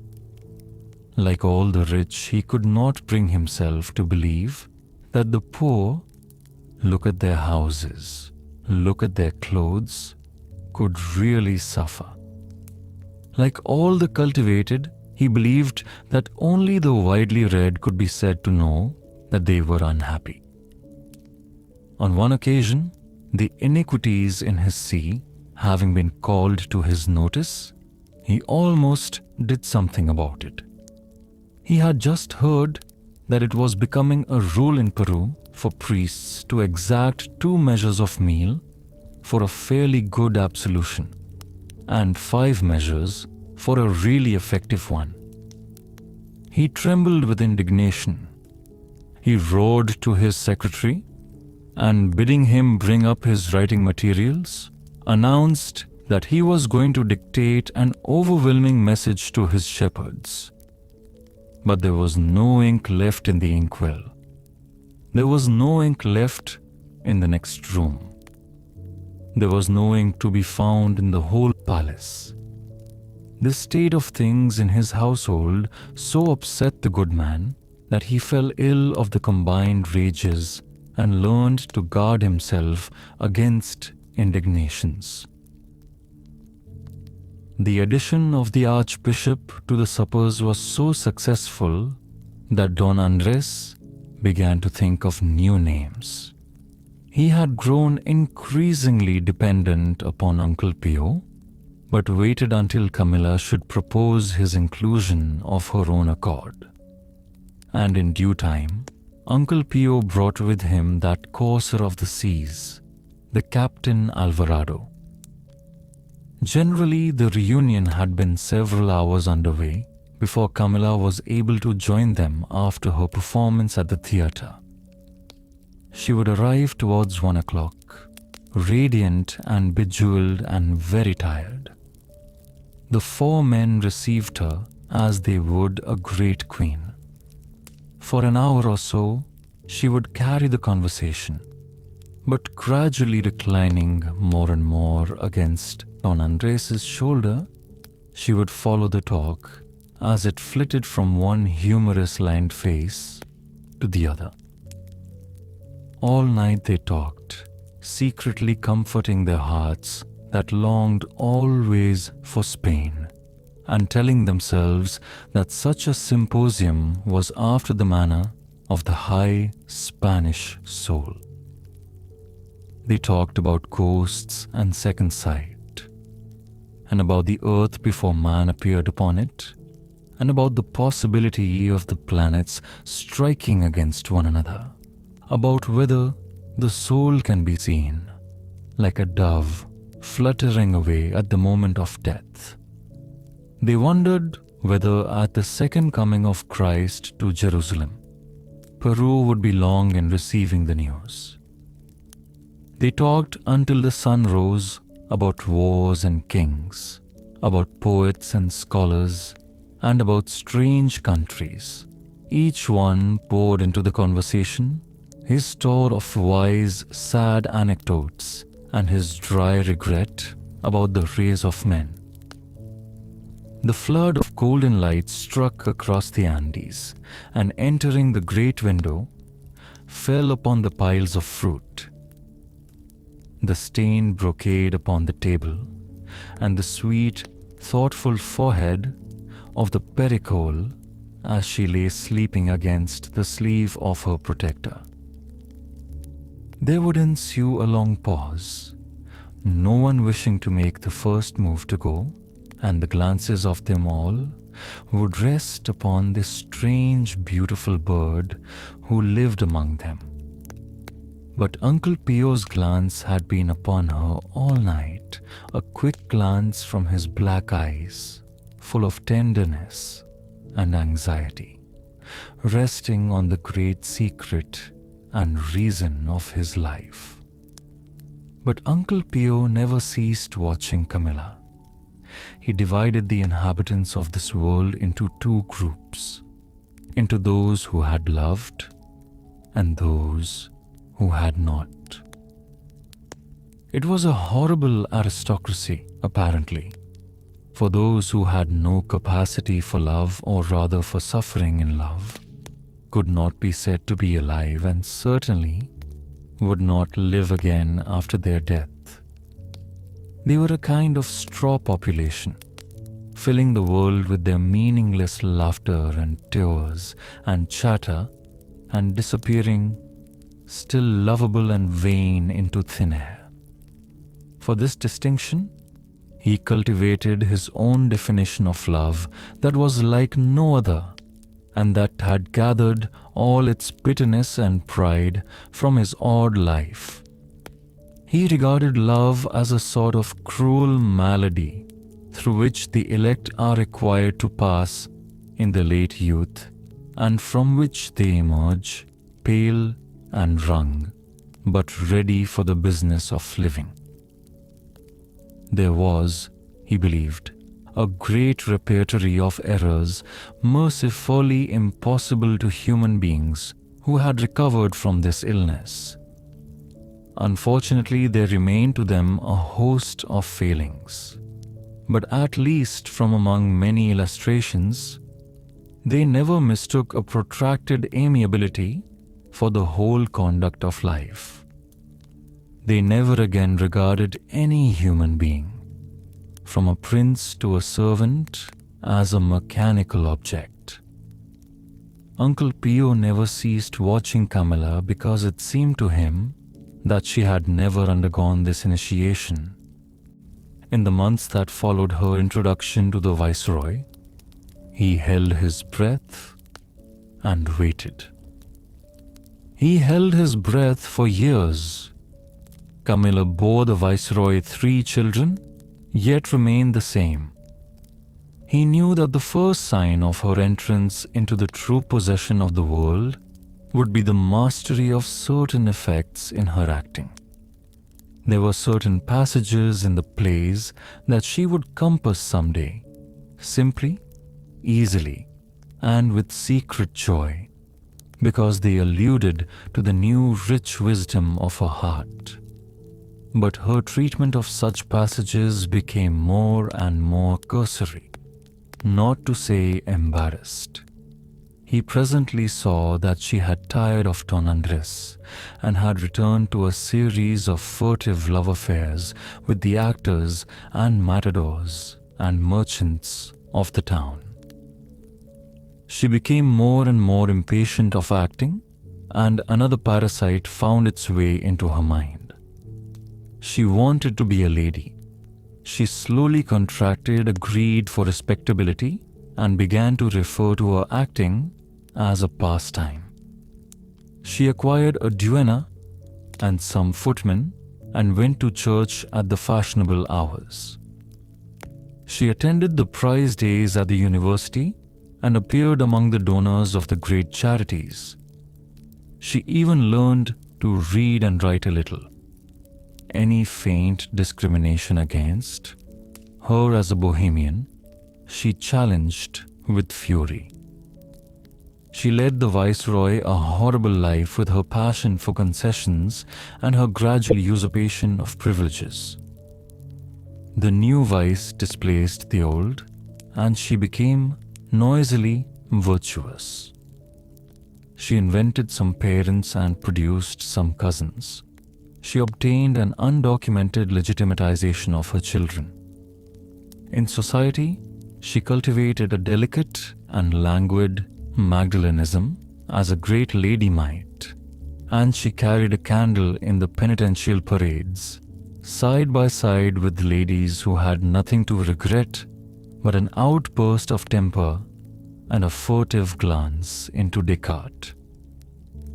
Her sin had been acting, and everyone knows that there were even saints who had been actors.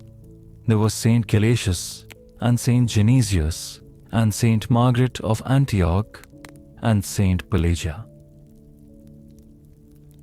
There was a fashionable watering place in the hills not far from Santa Maria de Cluxambuqua. Don Andres had travelled in France and had thought to build himself a little mokvishi. There was a pagoda, some drawing rooms, a theatre, a little arena for bullfights, and some French gardens. Camilla's health had never known a shadow, but she built herself a villa in the vicinity and sipped the hateful waters at 11 o'clock. The Marquesa de Montemayor has left a brilliant picture of this opera bouffe paradise, with the reigning divinity parading her fierce sensitiveness along the avenues of powdered shell and receiving the homage of all those who could not afford to offend the viceroy. Doña Maria draws a portrait of this ruler, stately and weary, gambling all through the night in sums that would have raised another Escurial. And beside him, she sets the portrait of his son, Camilla's little Don Jaime. Don Jaime, at 7 years, was a rachitic little body who seemed to have inherited not only his mother's forehead and eyes, but his father's liability to convulsions. He bore his pain with the silent bewilderment of an animal, and like an animal, he was mortally ashamed when any evidences of it occurred in public. He was so beautiful that the more trivial forms of pity were hushed in his presence, and his long thoughts about his difficulties had given his face a patient and startling dignity. His mother dressed him in garnet velvet, and when he was able, he followed her about at a distance of several yards, extricating himself gravely from the ladies who tried to detain him in conversation. Camilla was never cross to Don Jamie, and she was never demonstrative. When the sun was shining, the two could be seen walking along those artificial terraces in silence, Camilla wondering when the felicity would begin that she had always associated with social position. Don Jamie rejoicing merely in the sunlight and anxiously estimating the approach of a cloud. They looked like figures that had strayed there from some remote country or out of an old ballad that had not yet learned the new language and had not yet found any friends. Camilla was about 30 when she left the stage, and it required 5 years for her to achieve her place in society.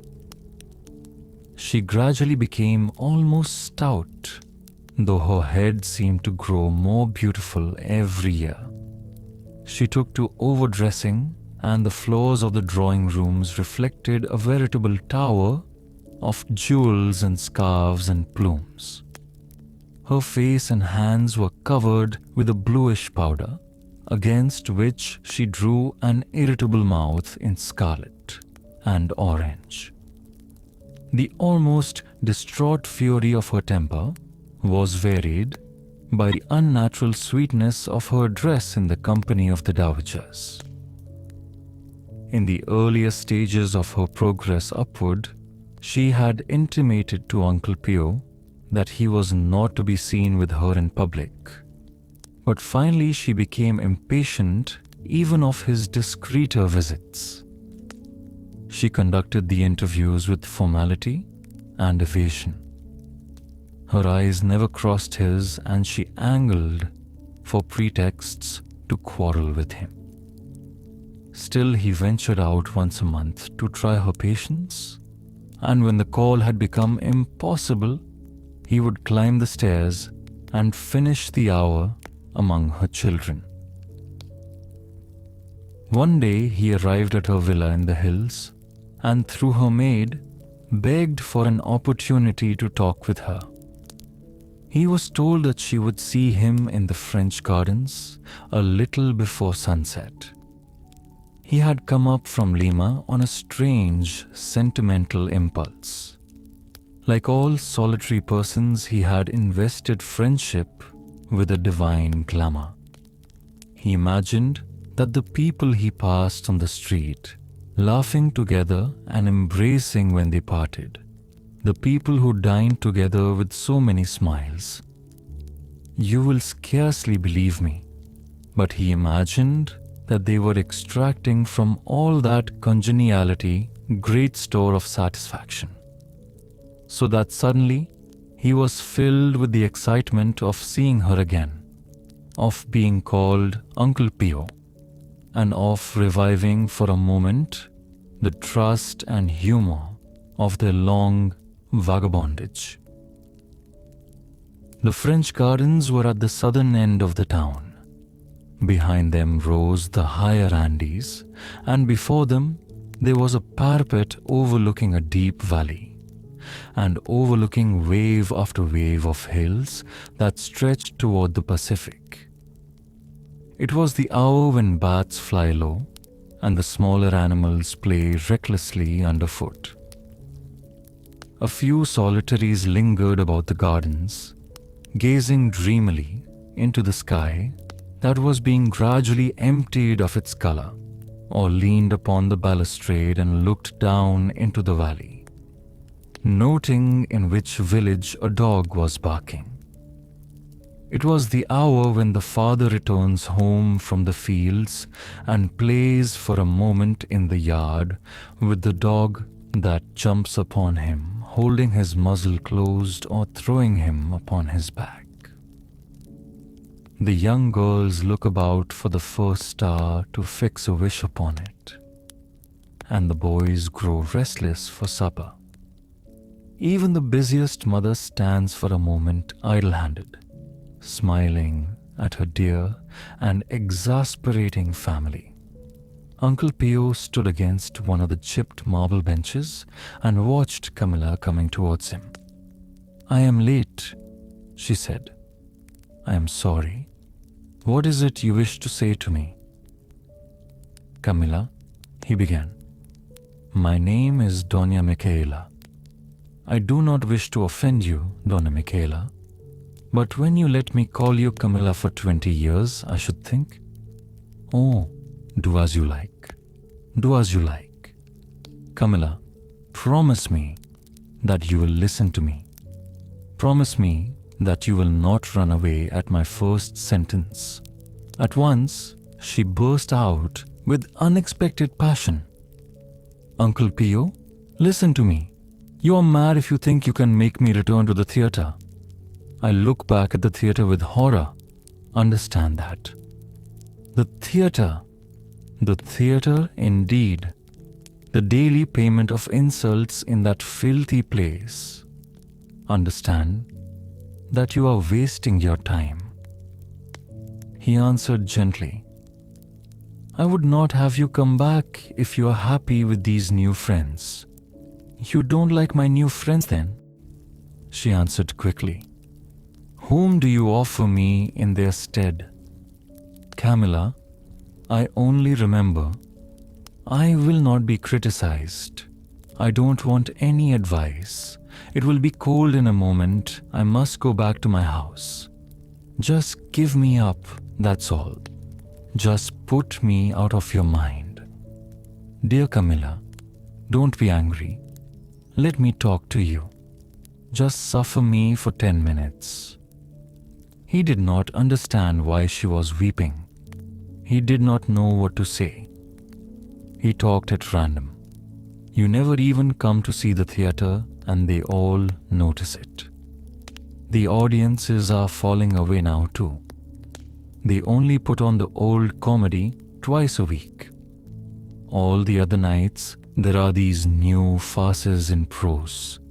All is dull and childish and indecent. No one can speak Spanish anymore. No one can even walk correctly anymore. On Corpus Christi Day, they gave Belshazzar's feast where you were so wonderful. Now it was shameful. There was a pause. A beautiful procession of clouds, like a flock of sheep, was straying up from the sea, slipping up the valleys between the hills. Camilla suddenly touched his knee, and her face was like her face 20 years before. Forgive me, Uncle Pio, for being so bad. Jaime was ill this afternoon. There's nothing one can do. He lies there, so white and so surprised. One must just think of other things. Uncle Pio, it would be no good if I went back to the theater. The audiences come for the prose farces. We were foolish to try and keep alive the old comedy. Let people read the old plays in books if they choose to. It is not worthwhile fighting with the crowd. Wonderful Camilla, I was not just to you when you were on the stage. It was some foolish pride in me. I grudged you praise that you deserved. Forgive me. You have always been a very great artist. If you come to see that you are not happy among these people, you might think about going to Madrid. You would have a great triumph there. You are still young and beautiful. There will be time later to be called Dona Michaela. We shall be old soon. We shall be dead soon. No, I shall never see Spain. All the world is alike, Madrid or Lima. Oh, if we could go away to some island where the people would know you for yourself and love you. You are 50 years old and you are still dreaming of such islands, Uncle Pio. He bent his head and mumbled, Of course I love you, Camilla, as I always must and more than I can say. To have known you is enough for my whole life. You are a great lady now, and you are rich. There is no longer any way that I can help you. But I am always ready." "How absurd you are," she said, smiling. "You said that as boys say it. You don't seem to learn as you grow older, Uncle Pio. There is no such thing as that kind of love and that kind of island. It's in the theater you find such things." He looked shamefaced, but unconvinced. At last she rose and said sadly, "What are we talking about? It is growing cold. I must be going in. You must be resigned. I have no heart for the theater." There was a pause. "And for the rest? Oh, I do not understand. It is just circumstance. I must be what I must. Do not try to understand either. Don't think about me, Uncle Pio. Just forgive. That's all. Just try to forgive." She stood still a moment, searching for something deeply felt to say to him. The first cloud reached the terrace. It was dark. The last stragglers were leaving the gardens. She was thinking of Don Jaime, and of Don Andres, and of himself. She could not find the words. Suddenly she bent down and kissed his fingers and went quickly away. But he sat for a long time in the gathering clouds, trembling with happiness and trying to penetrate into the meaning of these things. Suddenly the news was all over Lima. Doña Miquela Villegas, the lady that used to be Camila de Pericole, had the smallpox. Several hundred other persons had the smallpox also, but popular interest and malignity were concentrated upon the actress. A wild hope ran about the town that the beauty would be impaired that had enabled her to despise the class from which she sprang. The news escaped from the sick room that Camilla had become ludicrous in homeliness, and the cup of the envious overflowed. As soon as she was able, she had herself carried from the city to her villa, Mamma in the hills. She ordered the sale of her elegant little palace. She returned her jewels to their givers, and she sold her fine clothes. The viceroy, the archbishop, and the few men at court, who had been her sincerest admirers, besieged her door still with messages and gifts. The messages were ignored, and the gifts were returned without comment. No one but her nurse and maids had been permitted to see her since the commencement of her illness. As an answer to his repeated attempts, Don Andres received a large sum of money from her, with a letter compounded of all that is possible in bitterness and pride. Like all beautiful women who have been brought up amid continual tributes to her beauty, she assumed without cynicism that it must necessarily be the basis of anyone's attachment to herself. Henceforth, any attention paid to her must spring from a pity, full of condescension and faintly perfumed with satisfaction at so complete a reversal.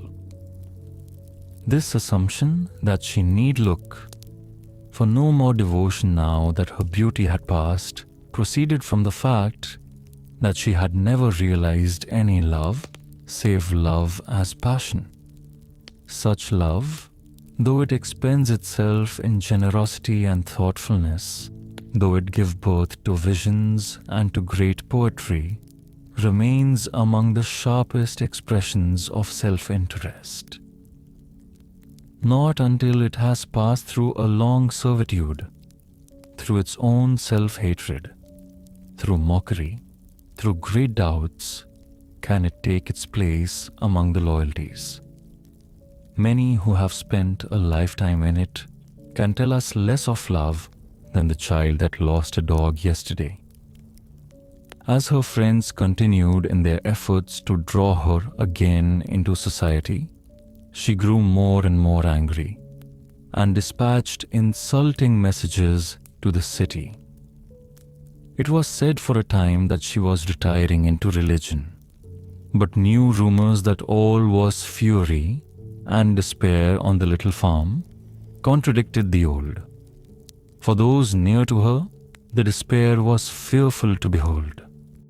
She was convinced that her life was over, her life and children's.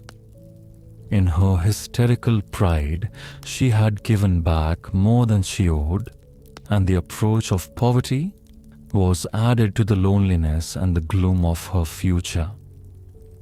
There was nothing left for her to do to draw out her days in jealous solitude in the center of the little farm that was falling into decay. She brooded for hours upon the joy of her enemies and could be heard striding about her room with strange cries. Uncle Pio did not allow himself to be discouraged. By dint of making himself useful to the children, by taking a hand in the management of the farm, and by discreetly lending her some money, he obtained his entrance into the house and even into the presence of its veiled mistress. But even then, Camilla, convinced in her pride that he pitied her, lashed him with the blade of her tongue and derived some strange comfort from heaping him with sneers. He loved her the more, understanding better than she did herself all the stages in the convalescence of her humiliated spirit. But one day, an accident befell that lost him his share in her progress. He pushed open a door. She thought she had locked it. For just 1 hour, a foolish, secret hope had come to her. She wondered whether she could make a paste of chalk and cream to spread upon her face. She who had sneered so often at the beflowered grandmothers of the court wondered for a few moments whether she had learned anything on the stage that would aid her now. She thought she had locked the door, and with hurried hands and beating heart, she laid on the coat. The grotesque pallor, and as she gazed into the mirror and recognized the futility of her attempt, she caught the image of Uncle Pio standing in the door, amazed. She rose from the chair with a cry and covered her face with her hands. "Go away! Go away out of my house forever!" she screamed. "I never want to see you again." In her shame, she drove him out with blasphemy and hatred. She pursued him down the corridor and hurled objects down the stairs. She gave her farmer orders that Uncle Pio was forbidden to come into the grounds. But he continued for a week trying to see her again. At last he went back to Lima. He filled in the time as best he could, but he longed to be by her as a boy of 18 would long. At last he devised a stratagem and returned up into the hills to put it into effect. One morning before dawn, he arose and lay on the ground below her window. He imitated in the darkness the sound of weeping, and as nearly as he could, of a young girl's weeping. He continued in this for the whole quarter of an hour. He did not let his voice rise above that degree of loudness which Italian musicians would represent by the direction piano, but he frequently intermitted the sound, trusting that if she were asleep, it would insinuate itself into her mind as well by duration as by degree. The air was cool and agreeable.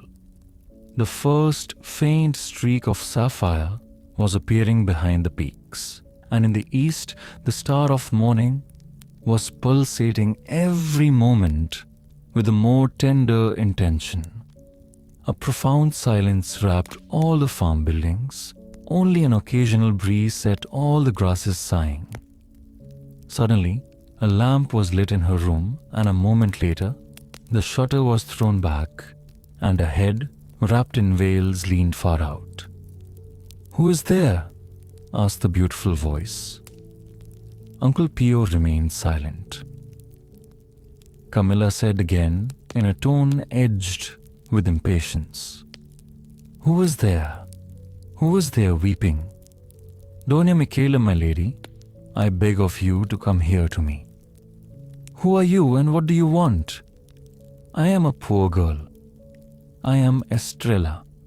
I beg of you to come and help me. Do not call your maid. I pray you, Dona Michaela, to come yourself." Camilla was silent a moment, then said abruptly, "Very well," and closed the shutter. Presently she appeared around the corner of the house. She wore a thick cloak that dragged in the dew. She stood at a distance and said, "Come over here to where I am standing. Who are you?" Uncle Pio rose up. "Camilla, it is I. Uncle Pio, forgive me, but I must speak to you. Mother of God, when shall I be free of this dreadful person? Understand, I want to see no one. I don't want to speak to a soul. My life is over, that is all. Camilla, by our long life together, I beg of you to grant me one thing. I shall go away and never trouble you again. I grant you nothing, nothing. Stay away from me. I promise you I shall never trouble you again if you listen to me this once." She was hurrying around to the door on the other side of the house, and Uncle Pio was obliged to run beside her to make sure that she heard what he was saying. She stopped. "What is it then?" "Hurry. It is cold. I am not well. I must go back to my room. Camilla, let me take Don Jaime for a year to live with me in Lima. Let me be his teacher. Let me teach him the Castilian. Here he is left among the servants. He is learning nothing. No, Camilla, what will become of him? He has a good mind and he wants to learn. He is sick. He is delicate. Your house is a sty. Only the country is good for him. But he has been much better these last few months. I promise you I shall clean out my house. I shall apply to Madre Maria del Pilar for a housekeeper. Here he is in your stables all day. I shall teach him all that a gentleman should know. Fencing and Latin and music. We shall read all. A mother cannot be separated from her child like that. It is impossible. You are crazy to have thought of it. Give up thinking of me and of everything about me. I no longer exist. I and my children will get on as best we can. Do not try to disturb me again. I do not want to see any human being." Now it was that Uncle Pio felt obliged to use a hard measure. "Then pay me the money that you owe me," he said. Camilla stood still, confounded. To herself she said, "Life is too fearful to bear. When may I die?" After a moment she answered him in a hoarse voice, "I have very little money. I will pay you what I can. I will pay you now. I have a few jewels here. Then we need never see one another again." She was ashamed of her poverty. She took a few steps, then turned and said, "Now I see that you are a very hard man, but it is right that I pay you what I owe you." "No, Camilla, I only said that to enforce my request. I shall take no money from you. But lend me Don Jaime for 1 year.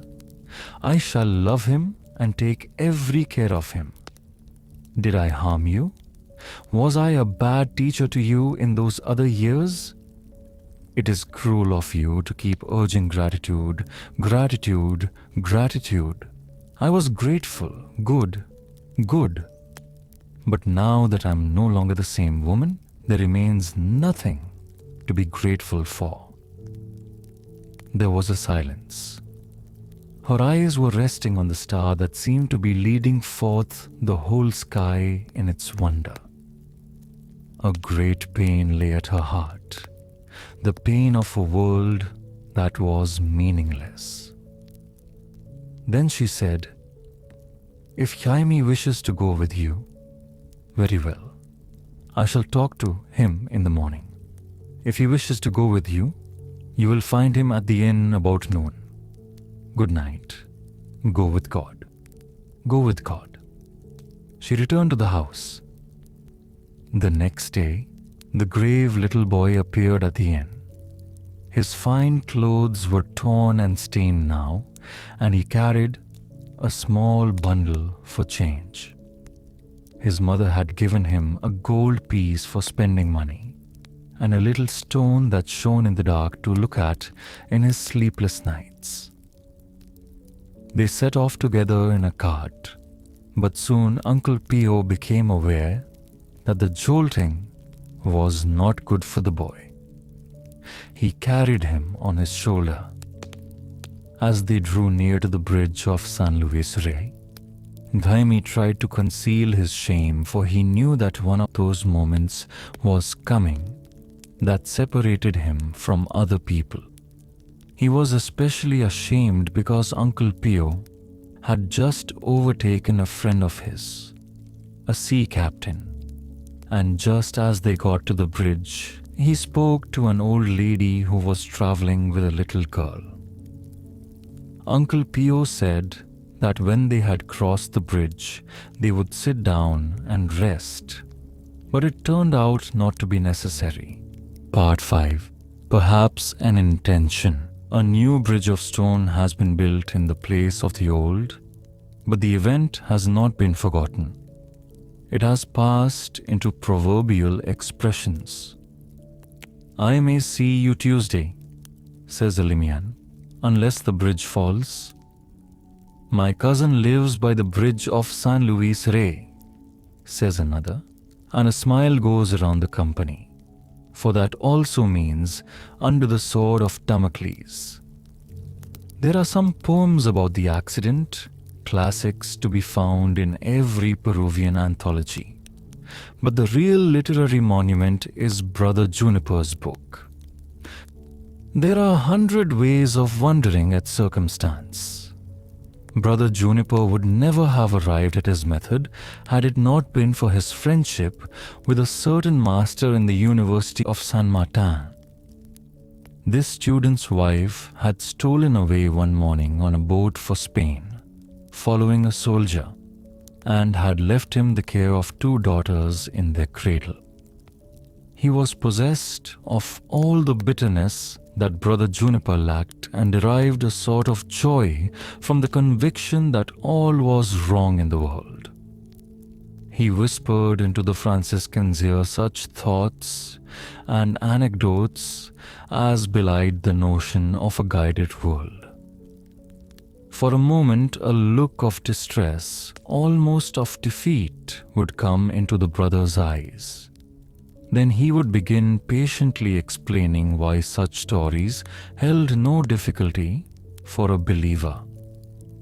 There was a queen of Naples and Sicily, the student would say, who discovered that she was carrying an angry tumor in her side.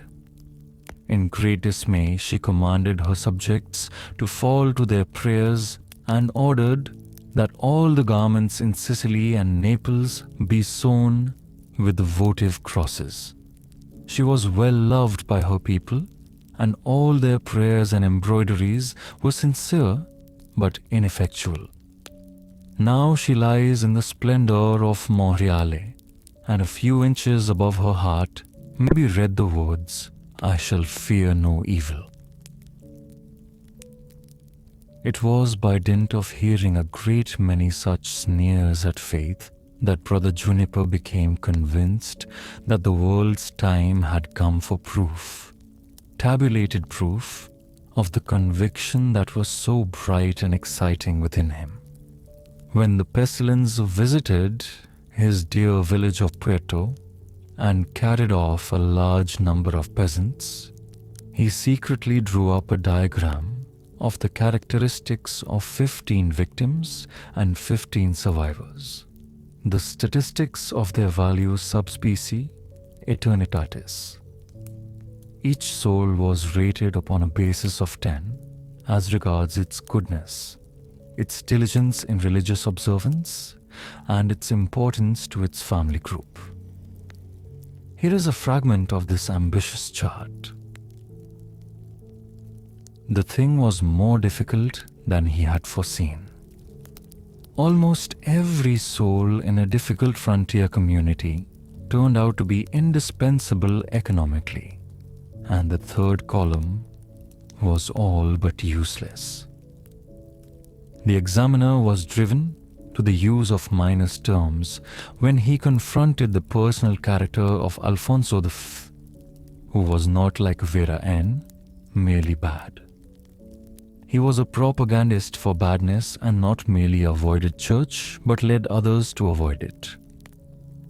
Vera N was indeed bad, but she was a model worshipper and the mainstay of a full hut. From all this saddening data, Brother Juniper contrived an index for each peasant. He added up the total for victims and compared it with the total for survivors, to discover that the dead were 5 times more worth saving. It almost looked as though the pestilence had been directed against the really valuable people in the village of Puerto. And on that afternoon, Brother Juniper took a walk along the edge of the Pacific. He tore up his findings and cast them into the waves. He gazed for an hour upon the great clouds of pearl that hang forever upon the horizon of that sea, and extracted from their beauty a resignation that he did not permit his reason to examine. The discrepancy between faith and the facts is greater than is generally assumed. But there was another story of the master of San Martin, not so subversive this one, that probably gave to Brother Juniper the hint for his procedure after the fall of the bridge of San Luis Rey. This master was one day walking through the Cathedral of Lima and stopped to read the epitaph of a lady. He read, with an increasingly prominent lower lip, that she had been for 20 years the center and joy of her home, that she had been the delight of her friends, that all who met her went away in astonishment at her goodness and beauty, and that there she lay awaiting the return of her Lord. Now, on the day that he read these words, the master of San Martin had had much to fret him, and raising his eyes from the tablet, he spoke aloud in his rage. The shame of it, the persecution of it. Everyone knows that in the world we do nothing but feed our wills. Why perpetuate this legend of selflessness? Why keep this thing alive, this rumor of disinterestedness? And so saying, he resolved to expose this conspiracy of the stonecutters. The lady had been dead only 12 years.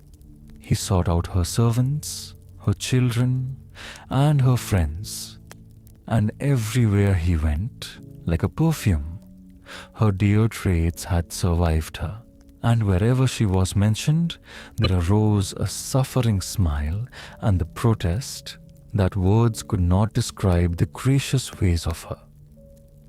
Even the eager youth of her grandchildren, who had never seen her, was made more difficult by the news that it was possible to be as good as that. And the man stood amazed. Only at last he muttered, "Nevertheless, what I said was true. This woman was an exception, perhaps an exception." In compiling his book about these people, Brother Juniper seemed to be pursued by the fear that in omitting the slightest detail, he might lose some guiding hint. The longer he worked, the more he felt that he was stumbling about among great dim intimations. He was forever being cheated by details that looked as though they were significant if only he could find their setting. So he put everything down on the notion, perhaps, that if he or a keener head reread the book 20 times, the countless facts would suddenly start to move, to assemble, and to betray their secret. The Marchesa de Montemeo's cook told him that she lived almost entirely on rice, fish, and a little fruit, and Brother Juniper put it down on the chance that it would someday reveal a spiritual trait. Don Rubio said of her that she used to appear at his receptions without invitation in order to steal the spoons.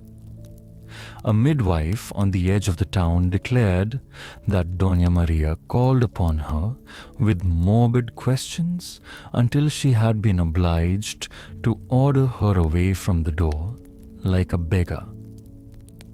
The bookseller of the town reported that she was one of the 3 most cultivated persons in Lima. Her farmer's wife declared that she was absent-minded but compact of goodness.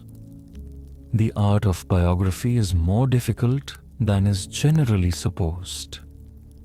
Brother Juniper found that there was least to be learned from those who had been most closely associated with the subjects of his inquiry. Madre Maria del Pilar talked to him at length about Pepita, but she did not tell him of her own ambitions for her. The Perijol was at first difficult of approach, but presently even liked the Franciscan. Her characterization of Uncle Pio flatly contradicted the stores of unsavory testimonies that he had acquired elsewhere. Her allusions to her son were few and conceded with pain. They closed the interview abruptly. The Captain Alvarado told what he could of Esteban and of Uncle Pio. Those who know most in this realm venture least. I shall spare you Brother Juniper's generalizations. They are always with us. He thought he saw in the same accident the wicked visited by destruction and the good called early to heaven. He thought he saw pride and wealth confounded as an object lesson to the world, and he thought he saw humility crowned and rewarded for the edification of the city. But Brother Juniper was not satisfied with his reasons.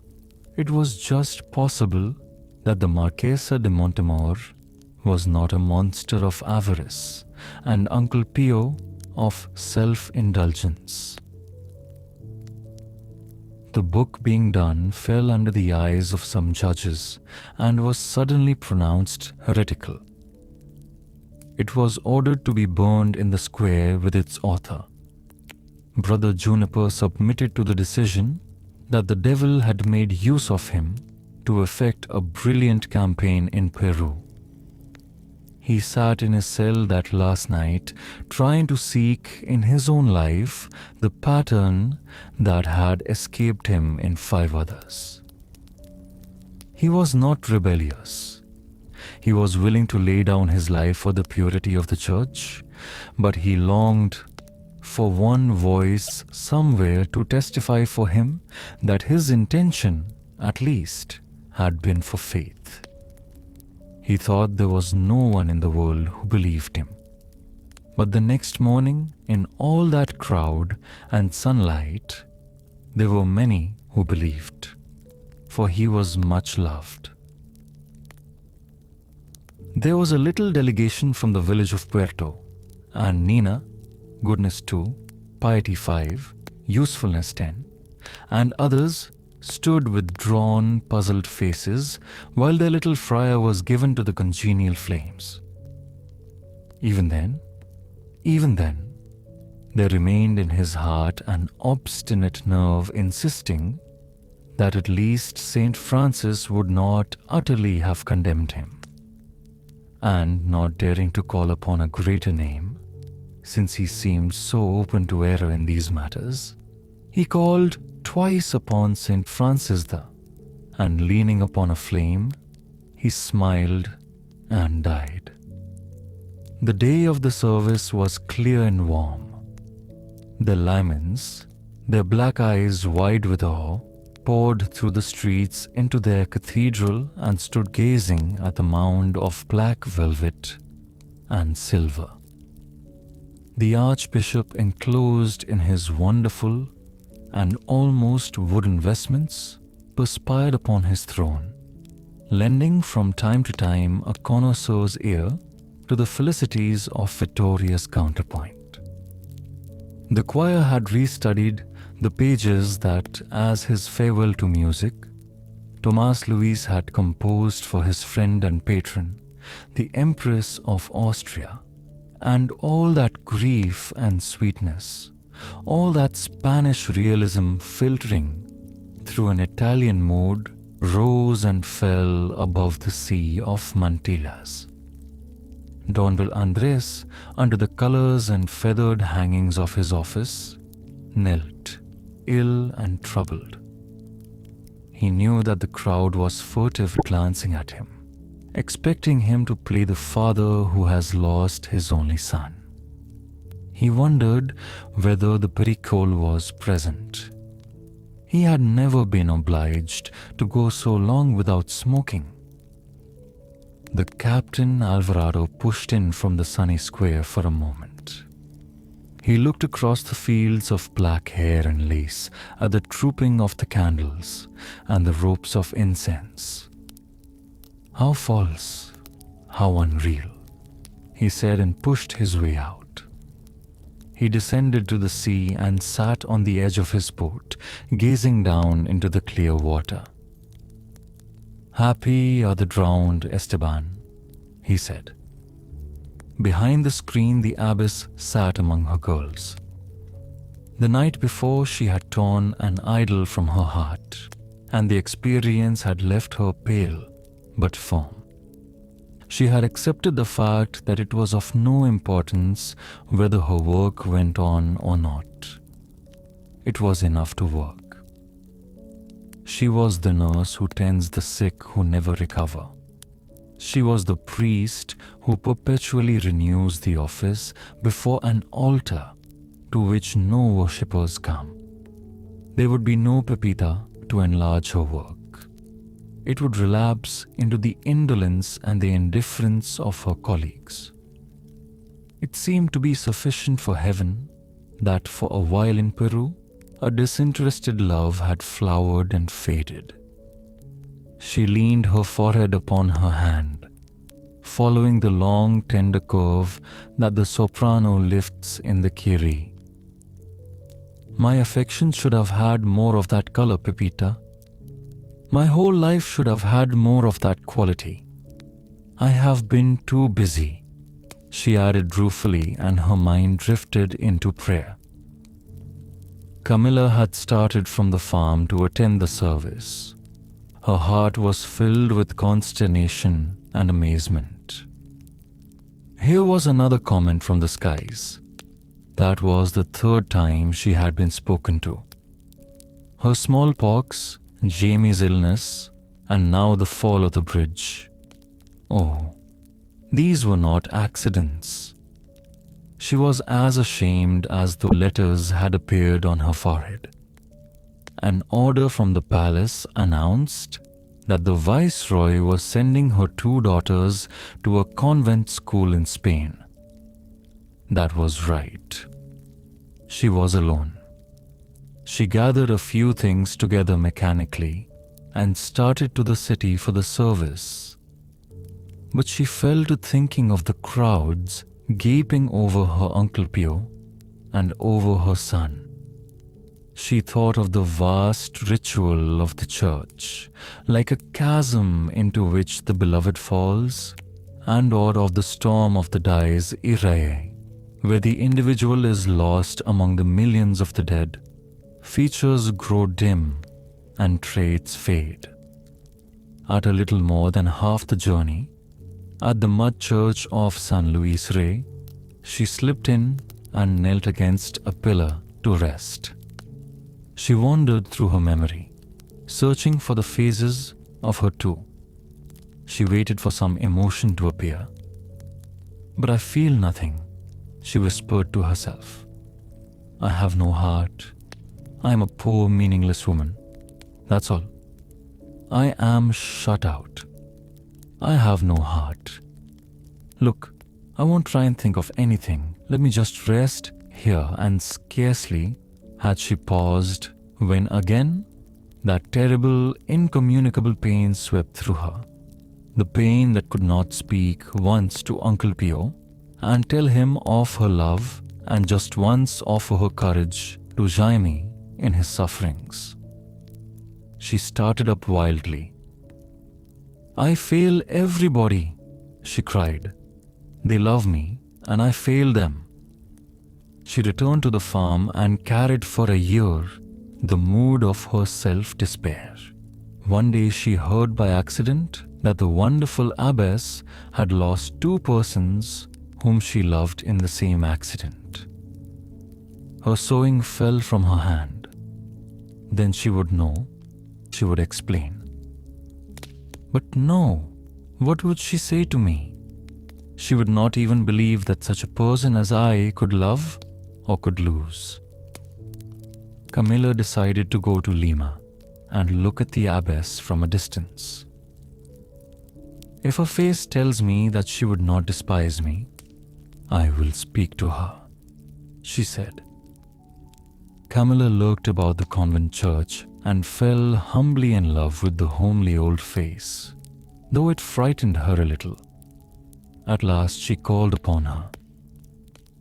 "Mother," she said, do I know you, my daughter? I was the actress. I was the petticole." "Oh yes. Oh, I have wished to know you for a long while, but they told me you did not wish to be seen. You too, I know, lost in the fall of the bridge of Sun." Camilla rose and swayed. There, again that access of pain. The hands of the dead she could not reach. Her lips were white. Her head brushed the abbess's knee. "Mother, what shall I do? I am all alone. I have nothing in the world. I love them. What shall I do?" The abbess looked at her closely. "My daughter, it is warm here. Let us go into the garden. You can rest there." She made a sign to a girl in the cloister to bring some water. She continued talking mechanically to Camilla. "I have wished to know you for a long while, Senora. Even before the accident, I had wished much to know you. They told me that in the autos sacramentales, you were a very great and beautiful actress in Belshazzar's feast.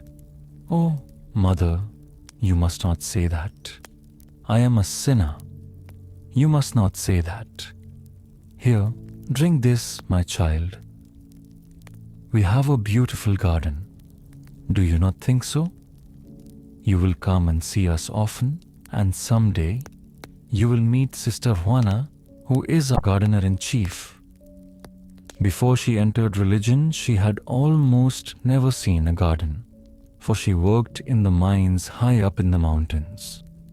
Now everything grows under her hand. A year has gone by, Senora, since our accident. I lost two who had been children in my orphanage, but you lost a real child of your own?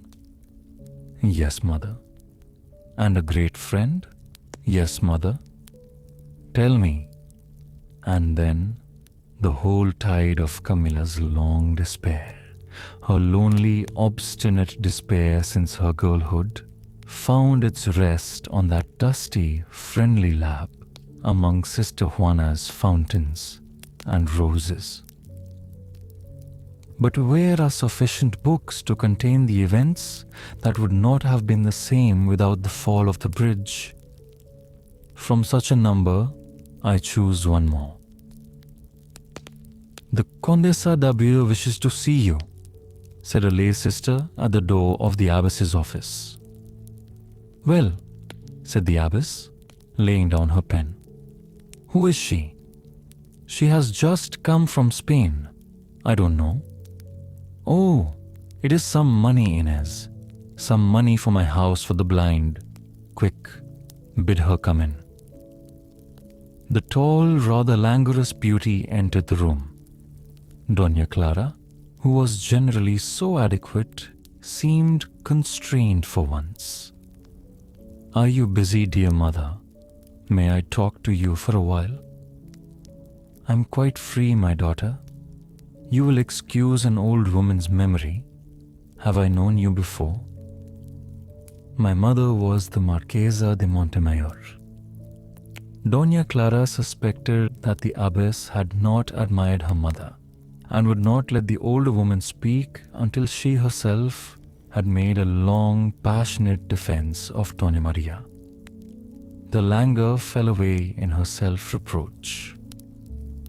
At last, the abbess told her of Pepita and Esteban, and of Camilla's visit. All of us have failed. One wishes to be punished. One is willing to assume all kinds of penance. But do you know, my daughter, that in love, I scarcely dare say it, but in love our very mistakes don't seem to be able to last long. The Condesa showed the abbess Doña Maria's last letter. Madre Maria dared not say aloud how great her astonishment was that such words that since then the whole world has murmured over with joy, could spring in the heart of Pepita's mistress. "Now learn," she commanded herself. "Learn at last that anywhere you may expect grace." And she was filled with happiness, like a girl at this new proof that the traits she lived for were everywhere, that the world was ready. "Will you do me a kindness, my daughter? Will you let me show you my work?" The sun had gone down, but the abbess led the way with a lantern down corridor after corridor. Doña Clara saw the old and the young, the sick and the blind, but most of all, she saw the tired, bright old woman who was leading her.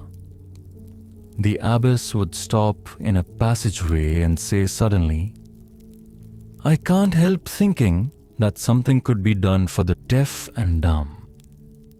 It seems to me that some patient person could study out a language for them. You know there are hundreds and hundreds in Peru. Do you remember whether anyone in Spain has found a way for them? Well, someday they will. Or a little later. Do you know, I keep thinking that something can be done for the insane. I am old, you know, and I cannot go where these things are talked about. But I watch them sometimes, and it seems to me in Spain. Now, they are gentle with them. It seems to me that there is a secret about it, just hidden from us, just around the corner.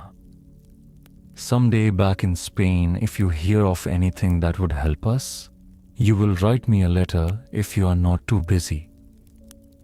At last, after Doña Clara had seen even the kitchens, the abbess said, "Now, will you excuse me? For I must go into the room of the very sick and say a few words for them to think about when they cannot sleep."